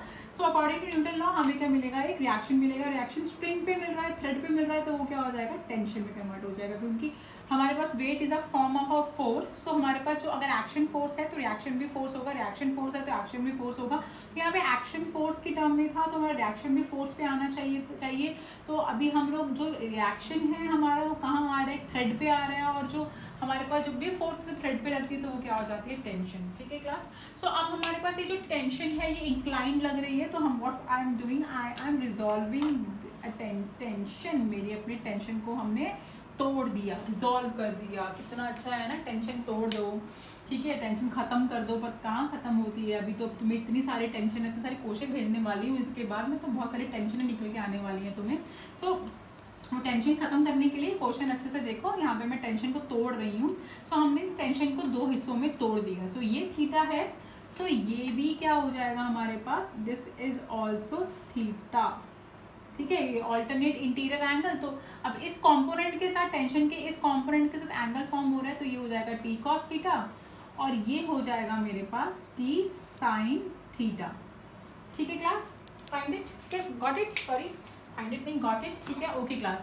So now charge is not moving from here, the charge is not moving, that means this is the equilibrium condition, जहाँ पे अब यहाँ पे equilibrium condition है हमारे पास। तो this क्या होगा, अभी जो हमारा जो अभी जो अपवर्ड फोर्स होगा वो क्या होगा, डाउनवर्ड फोर्स के इक्वल होगा, जो लेफ्ट फोर्स होगा वो राइट फोर्स के इक्वल होगा। ठीक है, तो ये हमारा इक्विलिब्रियम का सिचुएशन बन गया, जहाँ पे सारी फोर्सेस क्या होती हैं, इक्वल एंड ऑपोजिट होती है, और उनका नेट सम क्या आता है, 0। सो अभी क्या होगा यहाँ पे, ठीक है, इस पॉइंट को O बोल लेते हैं। So at point O, at point O अगर आप देखो तो ये टी कॉस थीटा है, ये किसे बैलेंस कर रहा है, वेट को। किसे बैलेंस कर रहा है, वेट को। सो टी कॉस थीटा किसके इक्वल आ जाएगा, mg के। इफ यू वांट इट तो you can write it also that T is resolved into two components. ठीक है, T cos theta, T sine theta आपको लिखना है तो मैं लिख देती हूँ यहाँ पे। इफ यू वांट इट तो I can write it also, T can be dissolved into two rectangular components, into two rectangular components। ठीक है, टू रेक्टेंगुलर components। तो हमारे पास कौन से components हैं, T sine theta and T cos theta. ठीक है, सो टी के कॉस थीटा एक्टिंग अपवर्ड, ठीक है, तो ये बैलेंस किसको कर रहा है, किसके ऑपोजिट है, वेट पे, तो वेट को बैलेंस कर रहा है। So T cos theta is equals to mg, this is my first equation. And T sine theta acting opposite to electric field, opposite to electric field. Electric field आप देख सकते हैं, मैंने ऊपर स्पेशली बनाया था arrow, electrical field is going in the right direction and T sine theta is coming in the left direction. So ये दोनों क्या है, एक पॉइंट से ऑपोजिट, एक ही पॉइंट से, ये दोनों चीजें एक ही पॉइंट से ऑपोजिट डायरेक्शन में जा रही हैं। टी साइन थीटा इधर आ रहा है, इलेक्ट्रिकल फील्ड इधर जा रही है। अगर आप इस पॉइंट से देखें तो यहाँ पे पॉजिटिव चार्ज है, तो इलेक्ट्रिकल फील्ड ये यहाँ से जा रही है। ठीक है, तो ये इलेक्ट्रिकल फील्ड जा रही है आपके पास, और ये आपके पास टी कॉस थीटा जा रहा है। तो ये दोनों ही ऑपोजिट डायरेक्शन में ट्रैवल कर रहे हैं। ठीक है, तो इनका भी सम क्या होना चाहिए, इनका मैग्नीट्यूड इक्वल होना चाहिए। सो टी साइन, सो क्लास अभी जो टी साइन थीटा जो एक्ट कर रहा था ऑपोजिट टू इलेक्ट्रिक फोर्स, तो यहाँ पे इक्विलिब्रियम बना रहे हैं, इसलिए इन दोनों का मैग्नीट्यूड सेम होना चाहिए। सो मैग्नीट्यूड सेम है तो टी साइन थीटा का वैल्यू किसके इक्वल होना चाहिए, इलेक्ट्रिक फोर्स के इक्वल होना चाहिए, इलेक्ट्रिक फोर्स के मैग्नीट्यूड के इक्वल होना चाहिए। सो इलेक्ट्रिक फोर्स का फॉर्मूला हम कहाँ से लिखेंगे, E is equal to F upon Q होता है, आपको पता है। तो यहाँ पे जो इलेक्ट्रिक फोर्स का फॉर्मूला आएगा that will be Q E, that will be a Q E. So अभी हम क्या करेंगे, यहाँ पे मेरे पास एक फर्स्ट इक्वेशन है, सेकंड इक्वेशन है, हम क्या करेंगे यहाँ पे डिवाइड सेकंड बाय फर्स्ट। ठीक है, हम सेकंड इक्वेशन को फर्स्ट से डिवाइड कर देंगे। सो मेरे पास T sine theta upon T cos theta, और यहाँ पे Q E upon M G आ जाएगा। सो मेरे पास यहाँ पे टी से टी कैंसिल हो जाएगा, और मेरे पास sine theta upon cos theta कितना बचेगा, मेरे पास tan theta. Sine theta upon cos theta is tan theta, that is a Q upon E upon M G. अब हमें चार्ज निकालना है, इलेक्ट्रिकल फील्ड पता है, मास पता है, ग्रेविटी की वैल्यू पता है, पर थीटा की वैल्यू मुझे नहीं मालूम है, थीटा की वैल्यू मुझे नहीं मालूम है। So how I find out the value of theta, because अगर थीटा का वैल्यू पता चल जाएगा मुझे, if I know the value of theta, तो I can easily put in, मुझे यहाँ पे क्यू का वैल्यू निकालना है, ई का पता है, एम का पता है, जी का पता है। So I can easily find out my answer. ठीक है क्लास, सो अभी मेरा प्राइम फोकस होगा, मेरा जो प्राइम फोकस है वो टैन थीटा की वैल्यू निकालना है, टैन थीटा की वैल्यू निकालना है। So I am picking my triangle, सो मैं ये ट्रायंगल को नाम दे रही हूँ ABC। ठीक है, सो मैं ट्रायंगल ले रही हूँ, मैं ये I am taking this triangle in triangle ABC, जिसमें मेरा ये एंगल है। ठीक है, तो ये मेरा एंगल है, तो ये मेरा क्या हो जाएगा, what is this, this will be my perpendicular, और ये 90 है तो ये मेरा hypotenuse. So this BC is perpendicular and this is hypotenuse. So perpendicular और हाइपोटेन्यूज दोनों पता है मुझे, तो परपेंडिकुलर अपॉन हाइपोटेन्यूज का जो रिलेशन होता है वो किसका रिलेशन होता है, वो साइन थीटा का रिलेशन है। सो मैं साइन थीटा लगाऊंगी इस ट्राइंगल के अंदर, जो आएगा मेरे पास perpendicular upon hypotenuse, perpendicular is BC and hypotenuse is AC. So my BC is 12 and my AC is 24. So यहाँ पे जैसे कट के आएगा 1/2 और साइन थीटा का जो वैल्यू आया है वो किसकी इक्वल है 1/2 के, और साइन थीटा 1/2 कब होता है on the angle 30। So sine 1/2 जो वैल्यू है वो साइन की वो कहाँ आती है 30 डिग्री के एंगल पे आती है। हम साइन से साइन को कट करेंगे and theta will be a 30 degree angle. So theta पता लग गया हमें। So now I am using equation 3। So now I am using equation 3। सो मैं यूजिंग इक्वेशन 3, मैं इक्वेशन 3 यूज़ कर रही हूँ, ठीक है, जिसमें मेरे पास इक्वेशन क्या थी, tan theta is equals to QE upon mg। So मेरा mine theta is tan theta 30, charge मुझे निकालना है, इलेक्ट्रिकल फील्ड था 4 × 10⁻⁹, mass is 2 gram. So my mass is 2 gram. So I have to convert the mass into that kilogram. So मेरा जो mass हो जाएगा that will be mine 2 × 10⁻³ ठीक है kg, and g की वैल्यू है 10। So when I solve all this, तो मैं सब कुछ सॉल्व करूँगी, so मेरे पास जो वैल्यू आएगा that value is 0.089 microcoulomb. So the value is 0.0289, ठीक है। सो वैल्यू क्या आया मेरे पास, सॉल्व करके 0.289 माइक्रोकूलम। ये कैलकुलेशन मैंने छोड़ दिया है आपके लिए, ठीक है, आप क्यों को यहीं रखिए, बाकी सबको उधर ले जाए, बहुत सिंपल कैलकुलेशन है। असाइनमेंट भेजती हूँ और आप असाइनमेंट को सॉल्व करिए, you will find a very interesting numerical in it. So I hope this video is clear to you. So and if you like this video, so please do comment and like and press the like button also. So okay class, bye.